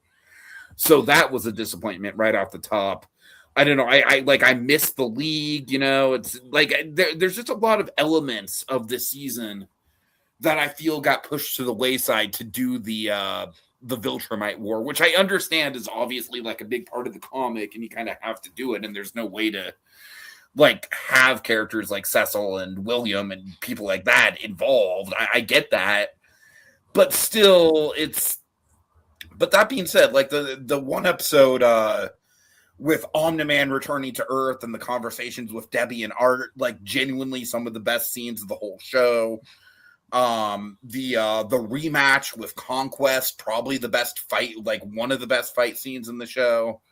Like there's some good stuff. Lee Pace definitely comes out strong with with his character. And Dragon, I will say, because I didn't get a chance to come on for it, I love the finale. Like, I really, really love what we did with it. I thought it showed Mark's headspace in a really creative way. I thought the cliffhanger was great. I know a little bit about what's coming with Alan being almost kind of like an unwilling antagonist. And I'm really excited about that. That seems like a really interesting direction to push his character. Mm-hmm. So, like, I think this season definitely got us into a really interesting place with Invincible moving forward. I just wish that more of the season could have been a little bit spread out with some of the characters. That's the only thing that this season kind of lacked for me, was that kind of like ensemble feel. Does that make sense? I mean, I guess so. All right. So, I mean, yeah, So with Invincible, again, I kind of echo some of Tiki's sentiments there, where, I mean, I think the Breaking Bad comparison is apt, where I think ultimately we do have a lot of iconography here, but I don't think in this season 3 was firing on all cylinders. It was. I mean, yeah, and I kind of feel the same way about Breaking Bad season 3. Yeah. Uh-huh. So, I mean, but again, this is kind of, let me put it this way, in the grand scheme of Invincible, like season 3 is kind of the midpoint, and this is like the beginning. Again, we still have a lot of story to go, but this is like we're beginning the entry into the third act of our story with this season. That's kind of where we're at. again, we're not in the middle of it. It's just we've started Act 3. With the introduction of Thrag, who of course is kind of our end all be all, who is basically a third act, antagonist character that we need. But I will say the ultimatum that Thrag gives at the end of this episode, very similar to the ultimatum that Negan gives the Walking Dead crew in his introduction, which is very interesting considering the character that Negan kills is the one that was played by Stephen Yeun. So, it all kind of comes full circle. Cosmically, that is still like the funniest thing the show has done. The fact that it's like Stephen Yeun getting his rematch with Jeffrey Dean Morgan. Exactly.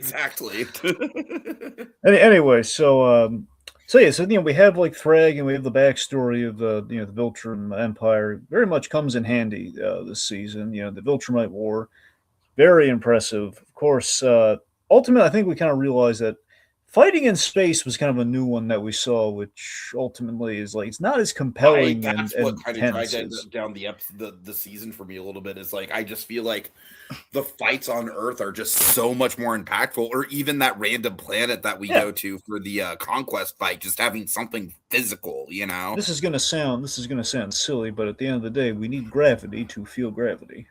No, you're right though. That's not silly at all. That's just logic as far as like how a good fight scene is put together, I think. Now, to be fair, I mean, honestly, for me, with the problem with the space stuff was that with the Viltrum War, I mean, it was a change in scenery for sure. The problem is, I think we added too many Viltrumites into our action scene when we had the whole "gotta kill them all" element of the season. Gotta kill them all. Gotta kill them all. Which I still kind of like that aspect of like the whole we have 50 Viltrumites and you're whittling it down. You're kind of keeping track of it through the season. By the end, we do have a number of how many are. I like that. It's a plot point though. At the end of the season, we have a direct number. It's Kevin Smith's favorite number. We have 37 left. Oh God! We have 37 Viltrumites left, which let's just say we're trying to do something about that by the end, and. I know what's coming next season with Anissa, man. That's going to be pretty fucked. Now, there is a chance that could be the finale of next season. I don't know if it will be. Yeah, it's got to happen sometime next season, though. It's going to happen. That's the thing. Like, technically, this way in the comic, again, Kirkman rearranges the order of things sometimes. So, like, technically, if you play it out linearly, it's like I think it would be a season 6 thing, but just based on how we got to remember. The episodes of Invincible are very dense, and a lot of stuff happens in individual episodes. So it would make sense. The Anissa thing, especially from the pacing of the story and building her up. And again, I'm just saying, like literally the cliffhanger of the whole season kind of revolves around that a little bit. I'm just saying, thematically and with everything that's going on, I would be shocked if the Anissa thing does not happen next season. It kind of has to, or at the very least, however they're going to approach the Anissa, it's going to be next season. Anyway, so. The point being, this is very much an earned season to get the ducks in a row. It's I thought it was very well done with the plot elements that we had to have happen. But you're right. I mean, in space though, it's just we have a lack of impact until we have the big event happen with Thrag in space. Like that part, we need to happen in space for what happens with the planet and everything. So okay, I get we need some space in there. But it's like I think we had too many Viltrumites in play during an action scene to add. Like if there were only like 6 Viltrumites, I want to believe our guys have a shot. I want to believe that. But then when you realize, like you saw at the end of the season, without getting the specifics, a few Viltrumites in that encounter cannot die. And it tricked me into thinking they could die, but it's like, oh, wait, duh, they have to live on for the bits in the comic that happen later to happen. Right.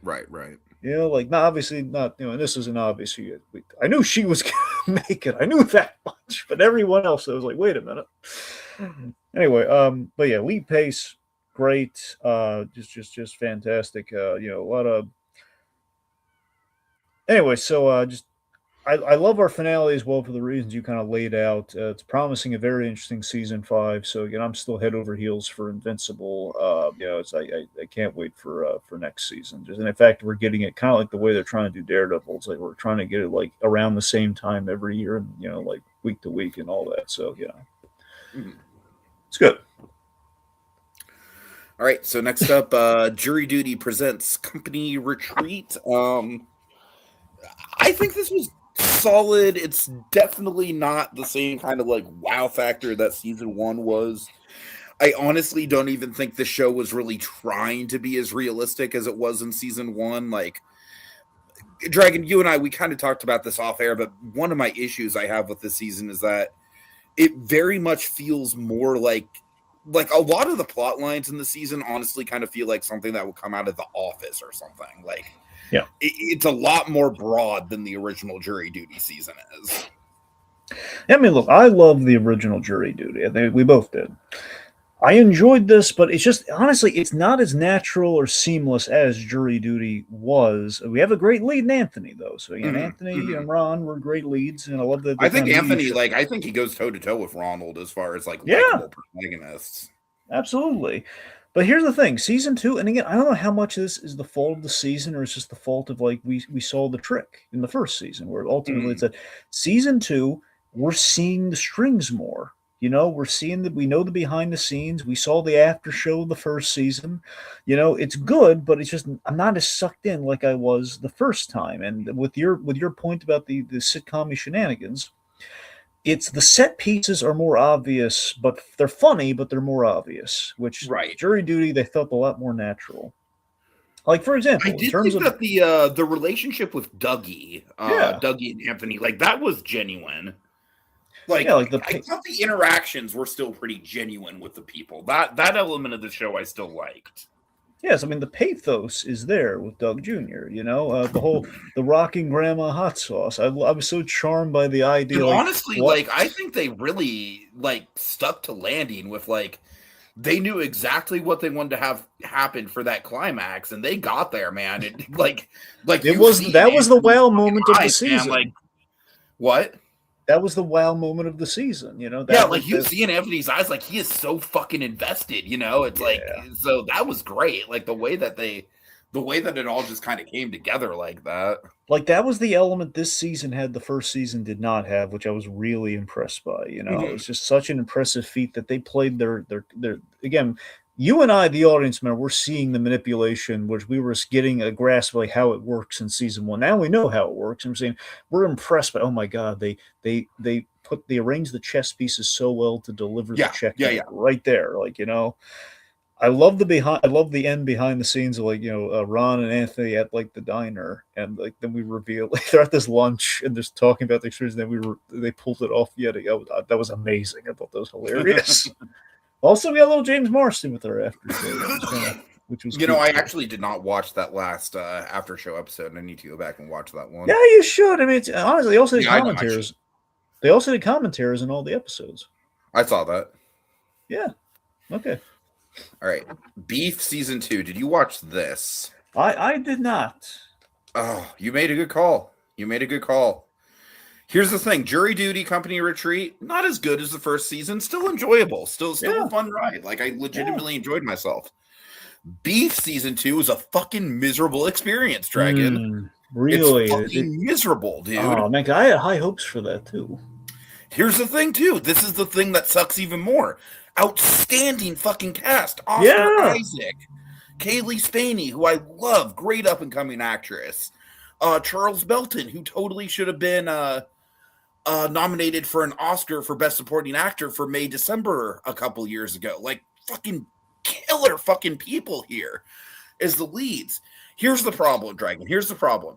It starts in an interesting place. The first episode is basically Charles Belton and Kaylee Spaney.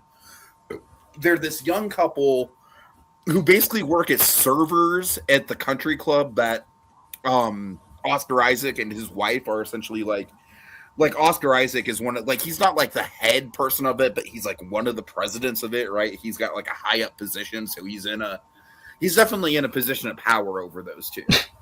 And so one day, the couple Oscar Isaac forgets something at work, and I forget exactly, a wallet or something.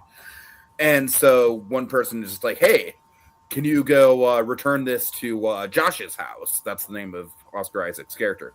So they go to the house, and Oscar Isaac and his wife are in the middle of this huge knockout fight that almost gets physical, and the couple records it, and the episode literally ends with Oscar Isaac and his wife realizing that the couple recorded it that sounds like an interesting enough premise, right? Like, kind of like, okay, what can the couple get out of this? Like, how is this going to play out? It's going to be like kind of like an extortion sort of thing. You know what I mean? Yeah. It doesn't go that way, Dragon. It doesn't go that way at all. Like, the thing with this season is that essentially this season just kind of devolves into like, oh, Charles Belton is going to fucking cheat on Kaylee Spaney. And maybe Oscar Isaac's wife is going to cheat on him. And it just evolves into just shitty people being shitty. And everyone in this cast just becomes unlikable. And then there's this whole subplot revolving around like the Jap. I don't know if it's the Yakuza or what. I guess it is because it's not the Yakuza because it's Korean. It's not Japanese. But some sort of like Korean mafia type shit where it's like the first season did kind of devolve into that gang stuff at the end, but it did so in a natural way. This just, I don't know. This was a struggle, man. It was a bummer, dude, because I legitimately was pretty hooked in the first episode, and then it was just the execution of it. The fact that like the beef you think is going to be between the two couples, which I think was an interesting way to kind of like elevate the stakes. Instead of it being between two strangers, it's between, two couples who were like in various degrees of positions of power. But instead, the season kind of devolves, and the creator has even come out and it's like, oh, well, this season we want to explore the beef in relationships. I'm like, so you basically are just making it like a bog standard fucking relationship drama. Great. Like, it's a bummer, Dragon. It's legitimately like one of the biggest disappointments I've had this year. Because I really, really liked the first season of Beef. I really thought the first it was great. Ending, yeah. I don't know. Maybe you get more out of it than I did. But yeah, it was, like I said, the problem here, Dragon, there's no character like the brother in season 1. I forget his name, but you know the character I'm talking about. Yeah, no, I know who you're talking about. Yeah.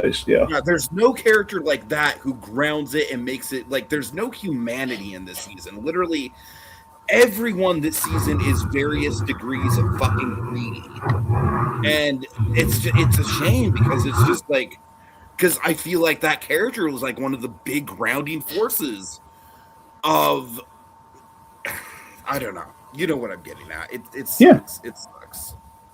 It's a bummer. All right. Okay. Go ahead. Let me tell you about Shrinking season 3. Mm-hmm. So I love the Shrinking show. It's on Apple.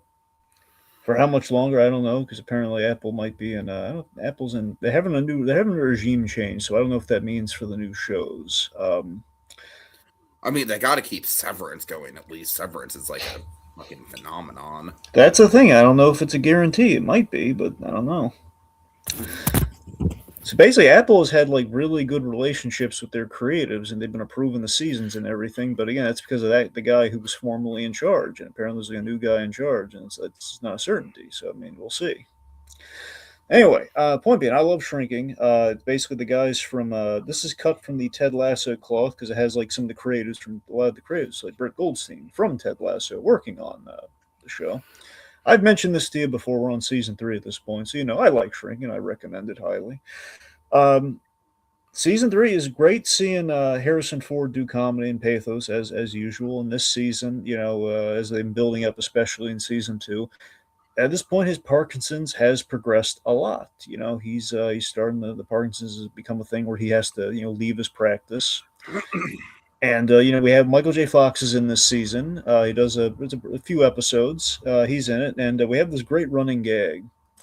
It's not just with Michael J. Fox; it was like with the Harrison Ford character with Paul. He basically everyone says like F Parkinson's, but it's like in a positive way. Just like he says, F Parkinson's, like it's a terrible disease. It's this whole this whole thing. It's like a very abrasive but positive affirmation. It's just funny.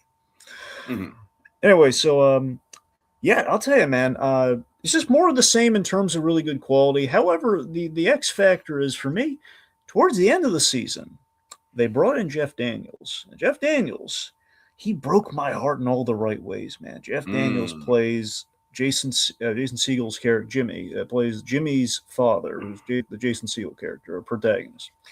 He plays his father, and when you see Jeff Daniels and the way he plays and the way he interacts with Jimmy in like the episode or so that he has, you know, he is a lot of the root of Jimmy's issues stems from his father, and you see why. And he has this heartbreaking scene. There's this moment with Jeff Daniels that just gutted me emotionally, and it's like he says it with a smile, and it's like it's at the batting cage, man. Like when he had that scene, I was like, oh my god! It's like he hit me with the bat emotion. Like, oh god.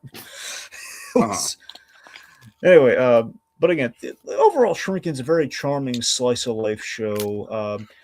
I gotta wonder if there's finale. There's always been talk of like Harrison Ford if he's going to leave the show, because basically Harrison Ford, I think he's kind of said like this is like his retirement piece. He might be kind of done acting after the show.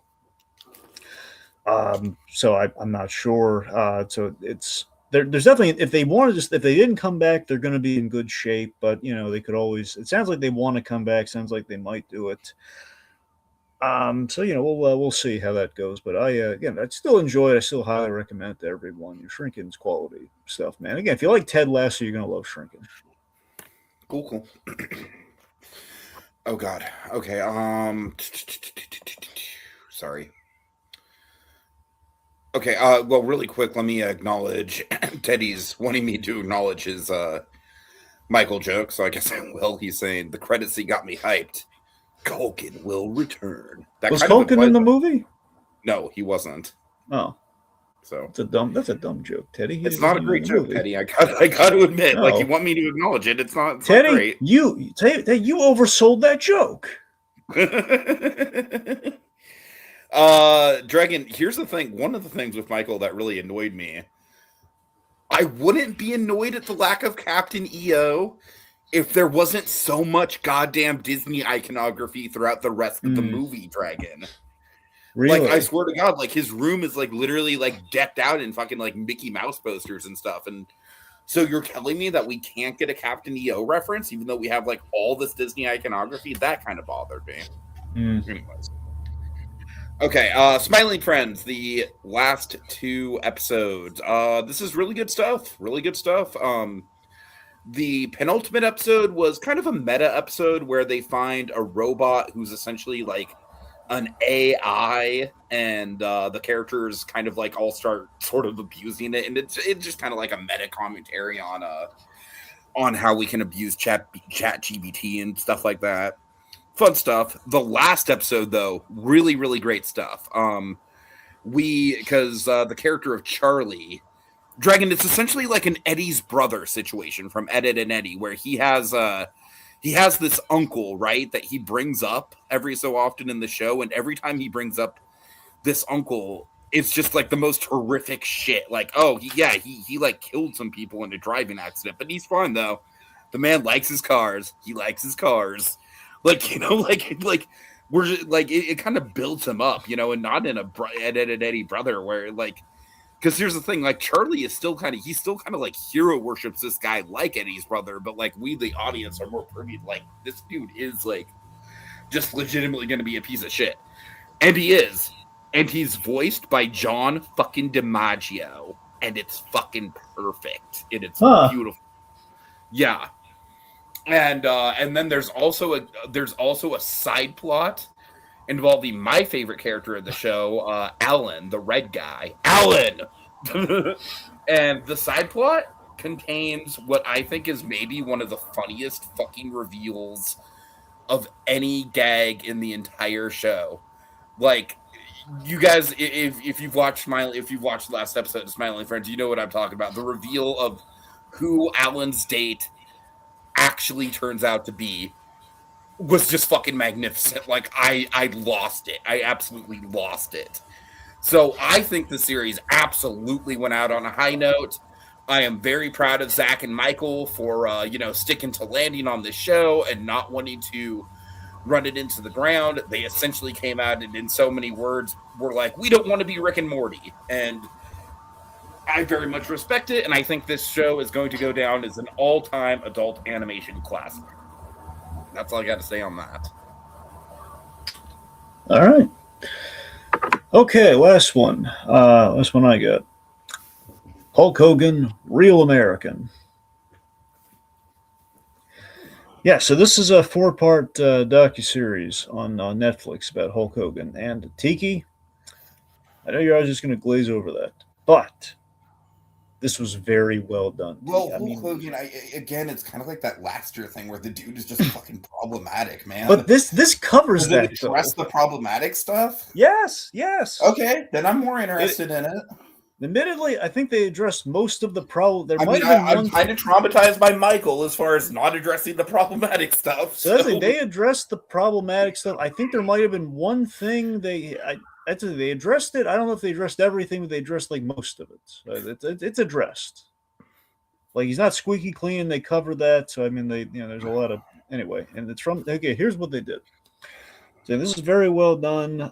It's in four parts, and usually we always scoff at the whole. Oh, why couldn't they do it as a movie? The way they did yeah, this, like they each segment is because Hulk Hogan he has like errors of his career, and that's how they did this. So this one actually felt like this is what one you no, I wanted mean to be. that makes sense. I mean, and like for me, it's usually when I have that complaint, it's usually if it's just like a two-parter, where it's literally like the length of a movie. Yeah, so the way they did this, like part one's the rise and kind of his background. Part two is Hulkamania. It's him as the icon. Hmm. Part three is Hollywood Hogan. That's the bad guy years. Hmm. Hmm. Part four is basically the reality show years in the end. So Hmm. here's the sell. Here's what really sold me, and these were things got from the get go. Again, I was very impressed with this and the execution. The fact they kind of pulled a bit of the Paul Rubens thing here. This is the last interview he ever did. This is like a month or so, like about 3 months or so like before he passed. Like it was the last interview he ever did. And like the son's there, and you kind of see him like going around and just kind of like just talking with the documentary crew, like doing this interview. And yeah, it's basically it is warts and all. And like I don't know how cognizant he is. Like it's kind of towards the end, but he's this is the oldest you've ever seen like Hulk Hogan, despite him kind of having that kind of the Stanley after a certain age, he just kind of looks the same, or he maintains that look kind of thing about him. But yeah, it's warts and all. He admits to all the lies and the shortcomings. He's very reflective, and it's there are a lot of shadows in the thing, like the shadow of he dies 3 months after this interview. So there's a lot, but the reflections, which I found really kind of interesting about it. Hmm. Um, anyway, let's see. So one thing I will say is, with the warts and all thing, there is one addendum. So Brooke Hogan did not take part in this. Now, Brooke Hogan, of Mm, course, his daughter is where all the really sure. bad stuff comes out. Now, again, they address it and they talk a little about like, the divide between him and the daughter. It's just I think we don't get like a lot of the really bad. I mean, again, the bad stuff's covered, but like I think maybe the more like I don't know. So that's the stuff we're kind of missing only because she didn't take part in it. So. Yeah. But again, I think they cover everything with the exception of having that pivotal person who could talk about that not there. I think they pretty much talked about all the other stuff they could have. Here's something interesting I did not see coming, and I was really impressed by it. I was just shocked by, oh my God, they actually had it in there. So Donald Trump is in the documentary only Oh joy. because here's the thing. I'm with you. Okay, here's the thing. That's a selling point. No, no, no. I'm getting there. Okay, I'm getting there. Okay, I'm sorry. I'm sorry. Here's the interesting thing, okay? It's like one is like, why the heck would he be in this? But it's a fact that we see historically, he was a big fan of Hulk Hogan. And Mm. they had a bit of a friendship. And a friendship that paid Was he off again actually with interviewed? yes, he's in there. He's interviewed. He's Oh there. man. Oh, That's what I'm bro. saying. That's what's Bro. interesting about it. No, no, no, no. I'm saying, bro, like that makes me just not. It's like That's a okay, look. loaded subject, my guy. That's a I know. loaded fucking Well, I'm subject. let me get to it. Okay, let me get to it. Okay. So that's is the thing. It's like there's a payoff to it. He's not interviewed like throughout. He's in there like we establish him and we pay him off. And the way we do it is like we see their consequences to what he does and that friendship and how it reflects in Hulk Hogan's life and that okay, there's something he made a big call that he probably shouldn't have. Yeah. And yeah, but that's the thing. They kind of cover that and we see the cause and effect there. And it's almost like a thing that's kind of looming in the shadows. It's like we introduced Donald Trump in his bit there, which is like okay, it's a weird fun fact, but there you go. And then like oh, that's how it paid off. Mm-hmm. And it's like it was like Mm-hmm. he was like the like the gun that took him down, so to speak. Right. Anyway, Interesting. so the point being that just tabled to whatever however you feel about that. The point being, this thing I feel captured Hulk Hogan, how he went from beloved to kind of like this polarizing figure, and I think look silly as it may, I don't know. I really like in the title is Real American. I like it's like the whole thing like America is flawed, but storied and showboaty, which is in parallel to Hulk Hogan as a personality, as as in his career and as the wrestler. It's something kind of like it just kind of feels right about like real American. However you want to like inflect on that. That's kind of what the Yeah. thing. Okay. So you're saying there is some irony in that title? Yeah, Because I was kind of wondering about that. that's the thing. I think there's some irony in Okay. that title, Okay. and the whole and the Uh-huh. presence of the aforementioned person, I think, kind of reflects that as well. Where it's like the showboaty kind of wrestling kind of esque part of that figure and of that I don't know. Mm-hmm. For sure. For At the sure. very least, it's like an interesting watch, man. I don't know. I think it's worth looking into. I thought it was. Some people say, "Oh man, it could have been I've got longer," so but much else to catch up on, though. I know you do. I'm not saying it's like the first thing you should start with, but Yeah. eventually it'll be there. Yeah. For sure. For sure. The point being, it Maybe was it'll be like unexpected. a good, like maybe it'll be like a good like sick day watch one Yeah, day. there you Mm-hmm. go. I mean, look, yeah, that's the thing. It might make you sick. I don't know. I The point being, Right. like, it gave me an experience I was not expecting. I was like, I saw that Vince McMahon thing, and this was like, oh my god, there's actually a narrative here. This is pretty interesting. Mm-hmm. Right. Cool. Cool. All right. So you saw my note, right?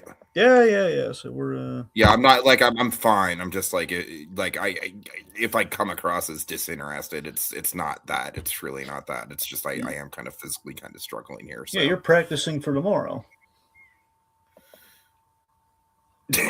sure. Yeah. Okay. Catch up. So Crime 101, I'm not surprised you caught this. What do you think? Yeah. So I mean, I was interested in seeing it for the Hemsworth and Ruffalo playing off of each other Of thing, course. and the payoff to that. I don't know. I want to say this. My favorite part of the movie was the payoff. Those two guys having that scene together in that hotel room. It's pretty good. Yeah, yeah. I thought it was a solid cast, top to bottom. We have Ken, like from everywhere. I mean, like Ken wins, man. Kyle Bornheimer is in this movie. He plays the sleazy boss to Holly Berry's character. That guy. Oh, I didn't even catch that. Yeah. That's Ken. And That's of Ken course wins. that actor is playing a sleazy boss, of course. At the same time, though, he can go from sleazy boss to playing legs in Onward. Uh-huh. Right, You right, know. right. Yeah, we had Nick Nolte. We got anyway. The point being, we have a lot of Barry really good Keoghan. people. What do you think of Barry Keoghan? Yeah, he was. Did you nominate him for the Little Creep Award or no? We probably will. Yeah. That would be in So the 2026 Golden Tikis, but yeah. yeah. Because here's the thing, Barry Keoghan is kind of like literally like the face of the weirdest little creep award. Yeah, pretty much. Yeah. And in the next Batman movie, he'll probably do it again. Probably. Anyway, so look, the movie. Here's the thing: the movie wasn't bad. I think Ruffalo and Hemsworth they were good. And like I said, I loved how the story paid off. I love a story of like a clever thief. At the same time, though, I think we forced the love story. I didn't care. Yeah, Where the love story wasn't great. I didn't really care for Halle Berry's character either, honestly. that's what I'm saying. It's like we kind of had some plot elements that we could have trimmed out. Honestly, here's the thing. I Mhm. really wish they had the guts to go the full Heat with it. Like the movie Heat with the Michael Mann movie. Which is where obviously like such an obvious influence, right? yeah, it just feels like guys, if we're Yeah. gonna like incorporate, like we actually legitimately recapture some of the magic there when the two of those actors actually. I get the idea you want to separate them, but using Holly Berry as the weird connecting glue, I don't think they needed that. That did I not wish they work. kind of. That did not work in the screenplay. I just wish there was another way around it that we could have gotten like built those two guys separately, then having kind of get together in the big pivotal scene, which Mhm. again captured that magic. It's just it's a lot of stuff I filling mean, the time whatever until we Catch Me get If You there. Can did, like something like Yeah, that. Mhm. exactly. It's anyway. All right. Okay, let's see. Nebraska. Have you seen this? I have not. I know about it. I have not seen it. It was fucking delightful, Dragon. I really Yeah, like this one a lot. Yeah. I'm shocked you when you put that on your. I'm shocked you had not seen that before. No, well, yeah, I know because it's it's Alexander Payne. He did Sideways, which is one of my that's like an all time favorite for me. Like that's like I a had master. assumed you've seen it because of that. I assumed you saw it. No, you know Odenkirk's in this, right? Yes, I'm aware of Odenkirk being in this. I have not. I've not seen the scenes though. No, this movie is great. Like, look, I want to make it clear. Like, it's not as good. Like, it's not on the same level as something like Sideways or even something like The Holdovers, which I also love, just not quite as much as Sideways. It's still really damn good, man. It's still really damn good. I mean, like, Bruce Dern, he was nominated for an Oscar for a reason. Like, he's playing a guy who, like, you have so much, because the whole plot of this movie kind of hinges on, like, he thinks, like, he gets a letter in the mail that's obviously a scam, right? But he's just a guy who's like kind of like on the brink of dementia, like an old man, and he just can't let go of the fact that like no, like I need to go to Nebraska, like I need to cash in this this lottery thing, like, and it's endearing, but it's also heartbreaking, And Will Forte, fucking easily his best performance. Like I really like Will Forte in some things, I really don't. And other things, like I don't think Shaggy was his fault. You just never should have recast Matthew Lillard in that situation. That was the whole problem with that move. But no, I mean he's like he plays the son, and he's just great. And Bob Odenkirk plays the brother. He's also really good in his own way for sure. June Quibb plays the mother. Like it just all around really solid cast. Very very good. Very good black and white cinematography. Although I will say the black and white kind of like that is one of Alexander Payne movies usually have really good color palettes. So the black and white thing, it works for this movie for sure. It's just like it kind of, like I said, like something like the Sideways or the Holdovers just kind of sticks out a little bit more. Dragon, we have one of your favorites, Stacy motherfucking Keach. Yeah, we do. Yes, we do. He's basically the villain of the movie. He's Bruce Dern's former business partner, who is kind of coming to the family saying that Bruce Dern owes him like a lot of money, and so there's a lot of tension there. So, Dragon, this is a really good one. I was honestly like thinking about you like the whole time I was watching this. I was like, Dragon would find this fucking delightful. So yeah, probably. Yeah, I really liked it a lot. All right. And it's on Paramount Plus. All right. So, yeah. Okay. Tell me about Playdate. Oh, boy. So it was a safe bet this wasn't going to be good. This was not going to be good. I had hoped, basically, look, honestly, I had hoped it would be a simple comedy. I was misguidedly recommended this. Oh, man. I mainly watched it for Alan Richardson. So Alan Richardson is he's the guy who plays Reacher, who of course he was in that movie I talked about last month. I really liked, War Machine, which I recommend people watch. Yeah. Right. Yeah, and again, he's again a lot of people hoping he's going to be in the DCU. We've all been waiting for a James Rhodey Rhodes standalone movie. Dragon. I'm sorry, low hanging fruit joke. I know. Marvel's fault for delaying that movie, next man. Time, baby. Just imagine, like, you have Don Cheadle, like, fetal position. Next time, baby. That's Anyways, sorry. Oh, did you hear, like, Terrence Howard came out recently saying why that, what happened with the War Machine thing? Dragon, we don't have time to get into that. All right, fine. Okay, the point being, have you seen anything about Playdate? No, I've not even heard of it. Okay, so basically it's a silly comedy that it's basically it's a buddy movie between Kevin James and Alan Richardson. Okay. And here's the thing. James, I mean, that alone, it's like that's not great, boss. I know. I knew it was a lot. I'm aware. Okay, I thought Alan Richardson usually is attached to quality project. Okay, Alan Richardson usually is really good. Okay, and I thought the idea mainly I watched Alan Richardson, and I hoped it would lead to Kevin James, but Kevin James is a man who needs a good director. Okay, but if you don't get a good director and have When Kevin has James, Kevin James actually impressed you? Like, I'm not trying to be I sarcastic. no, I'm I'm going to tell you, genuinely I'm about. curious. Here Comes the Boom. Okay, Here Comes the I think Boom. he really impressed me in Here Comes the Boom. He's really Okay, good. okay, fair enough. That's what I'm saying. That is my barometer for Kevin. I never caught that one. Kevin James and Henry Winkler's in that. He's fantastic in that movie. Uh-huh. So that's what I'm saying. That is like an example of I think Happy Madison probably produced. It's like an example of an actually good Happy Madison movie. It's not an Adam Sandler movie. It's that Madison produced it. It was good. Uh-huh. Okay, so the point being, this movie had a painful act one. I mean, Tiki, let me put it to I was watching this movie. In the back of my head, the whole movie, I was screaming at the top of my lungs. Jesus Christ. No, I'm gonna get to here's what in the back of my head, I was screaming desperately, Alan Richardson, save this movie, please. Like I was waiting for him to show. It doesn't take the full act, but like throughout act one, I was like, oh my god, this director has no idea what he's doing with Kevin James. This is bad. Yeah. Oh, and here's the thing: when Alan Richardson showed up, it did improve, but the writing was crap. So it did not help. Alan Richardson was there. He was trying his darndest, but then he was having a good time. I believe it, but the movie was crap. This dumb, like Isla Fisher is like part of the dumb Mama Mafia thing. I'm not joking. It's called the Mama Mafia.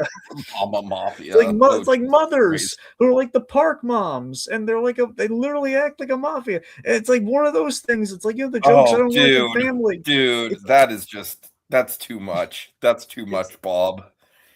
It's like the gag, the gags in Family Guy where it's like the whole thing. Somebody says something outlandish, and we just pretend like they didn't say anything. Like no one's going to acknowledge the reality of the world. Like those kind of jokes, man. Yeah. I mean, here's the thing. Again, I miss Kevin James from the Here Comes the Boom. Where here's the thing. I'll even take Paul Blart because at least that movie had pathos in the first movie. Right. Pathos. Okay, I'm not saying Paul Blart's good. I'm saying that movie, at least they've tried with Kevin James, and I could see he tried. Okay? At least the first one. Okay, here's the thing. All he needs to do in this movie is be the straight man.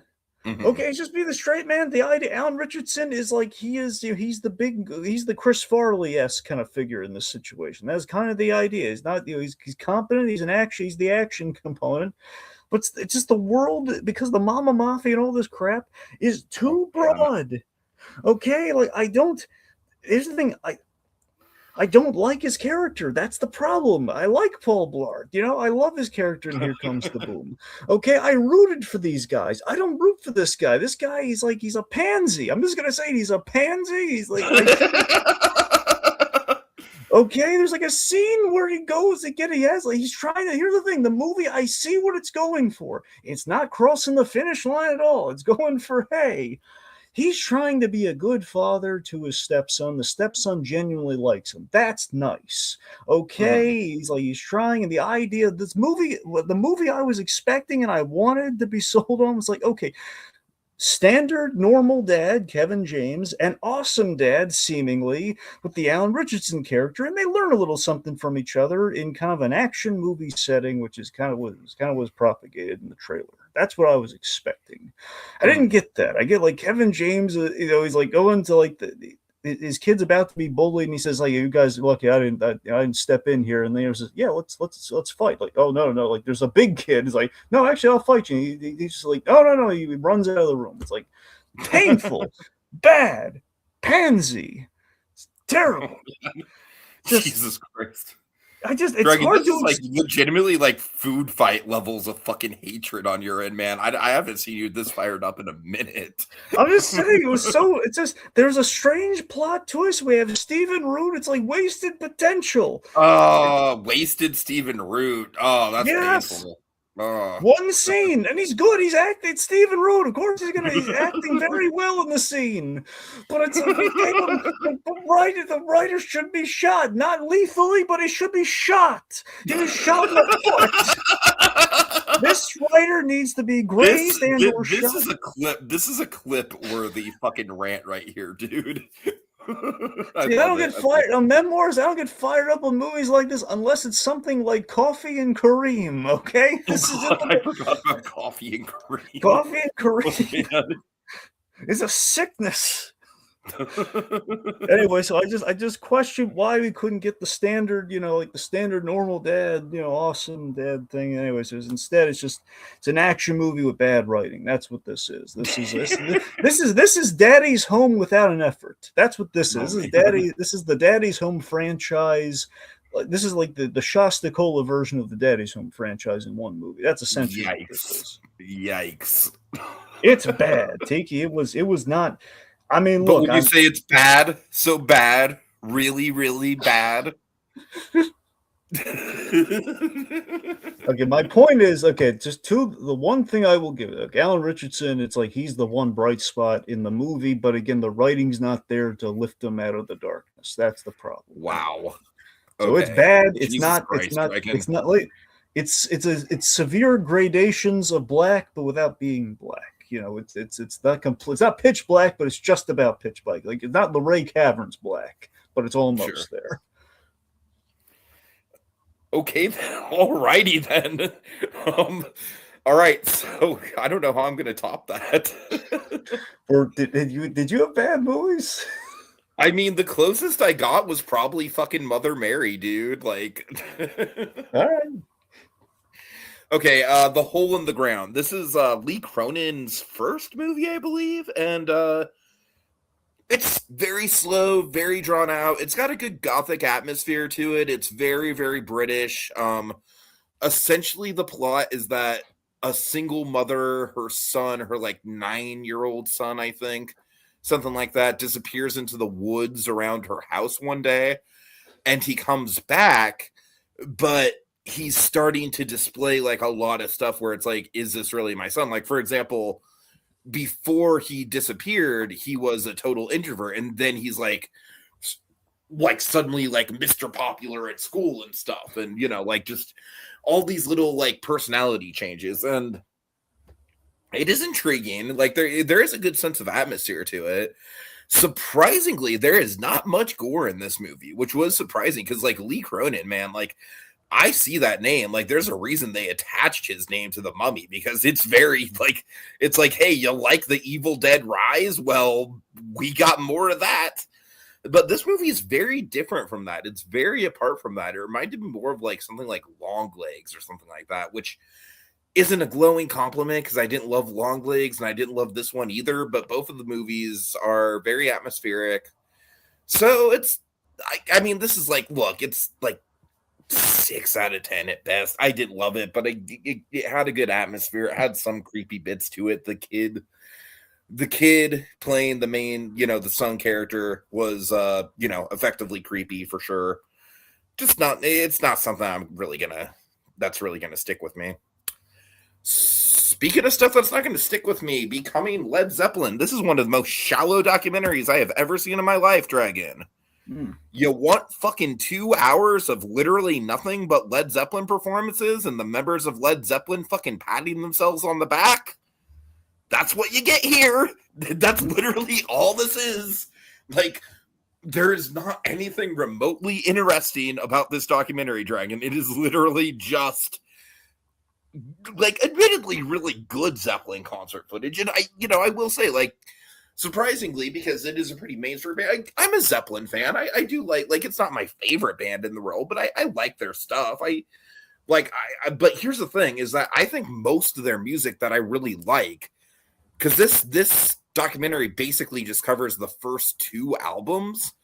The first 2 albums laid the groundwork, but I think the most interesting stuff came like Houses of the Holy, Physical Graffiti, like that era.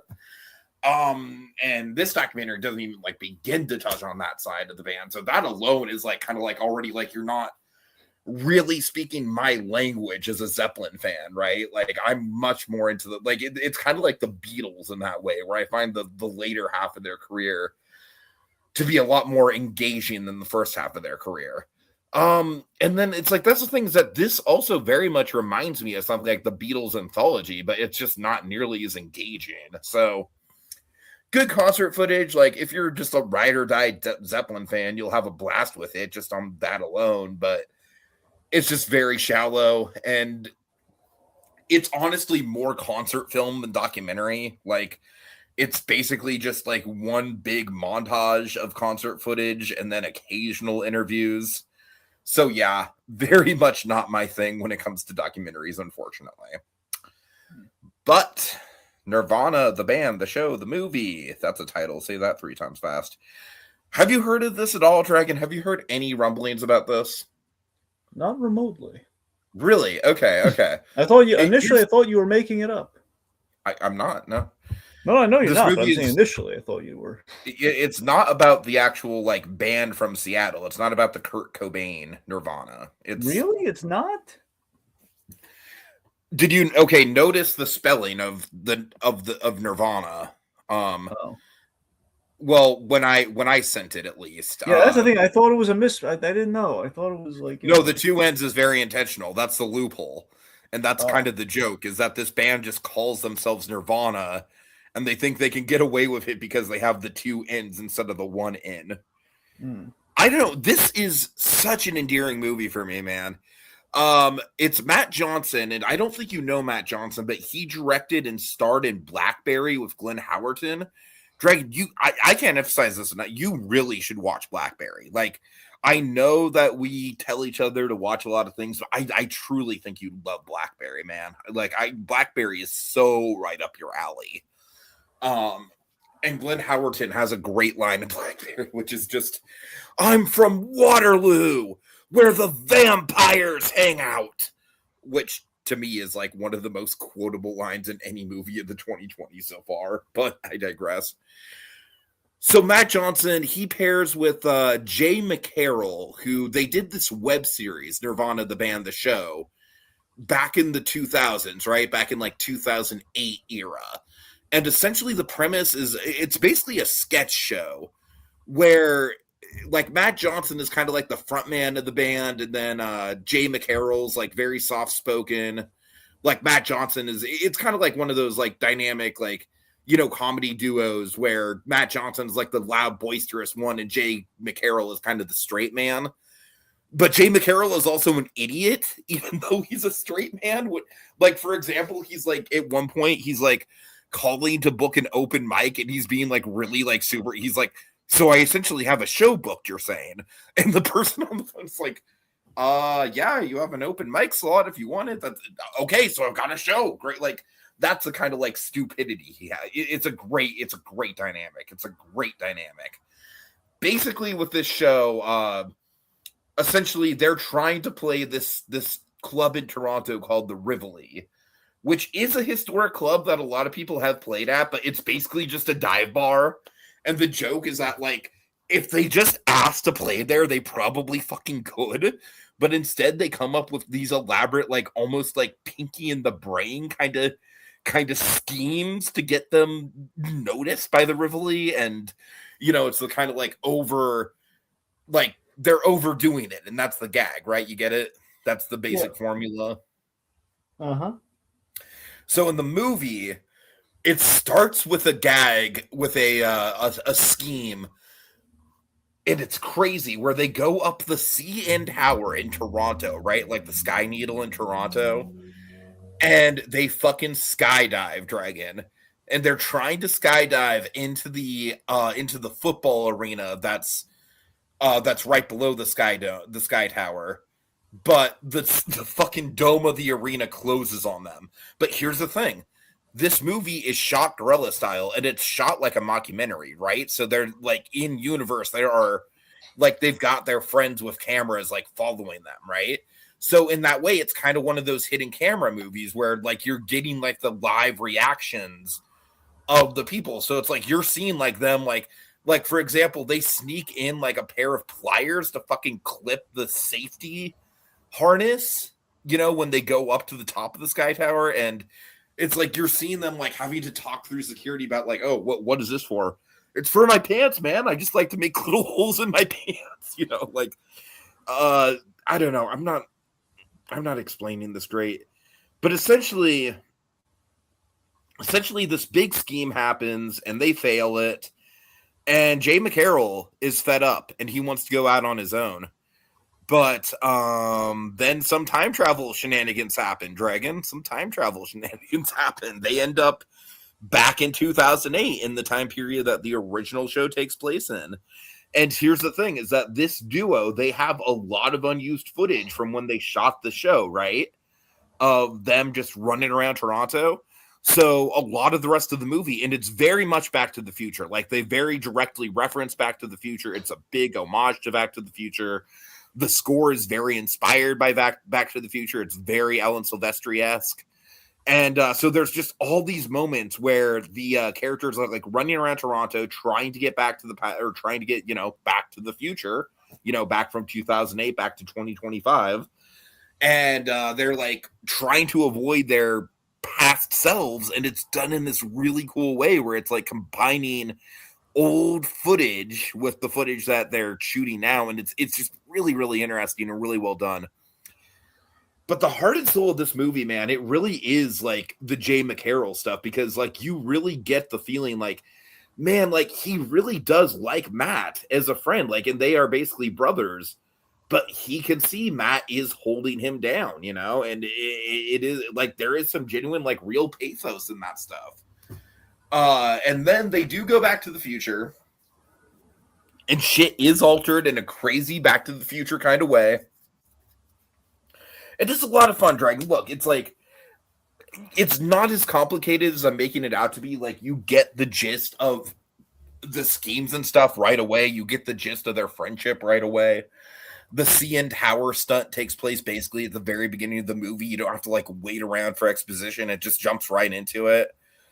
And it's just the way that they shot this, man. The on the street kind of, like, hitting camera, sort of like, candid, real world reactions to people as this crazy shit is going. It's so unique, but it's not like Borat where they're trolling the audience, where they're trolling the people that they're filming.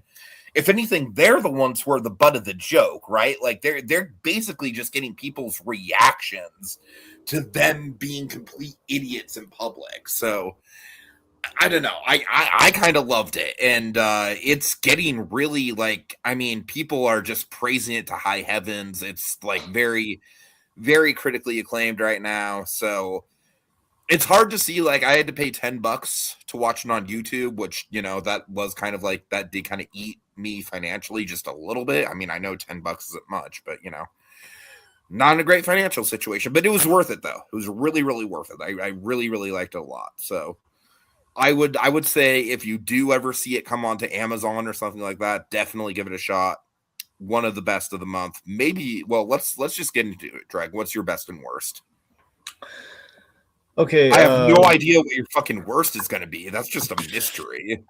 Yeah, so worst Playdate. That question. Best, I'm going to say normal. Okay. Part was good, but I mean, normal stuff for me, so normal. I feel you.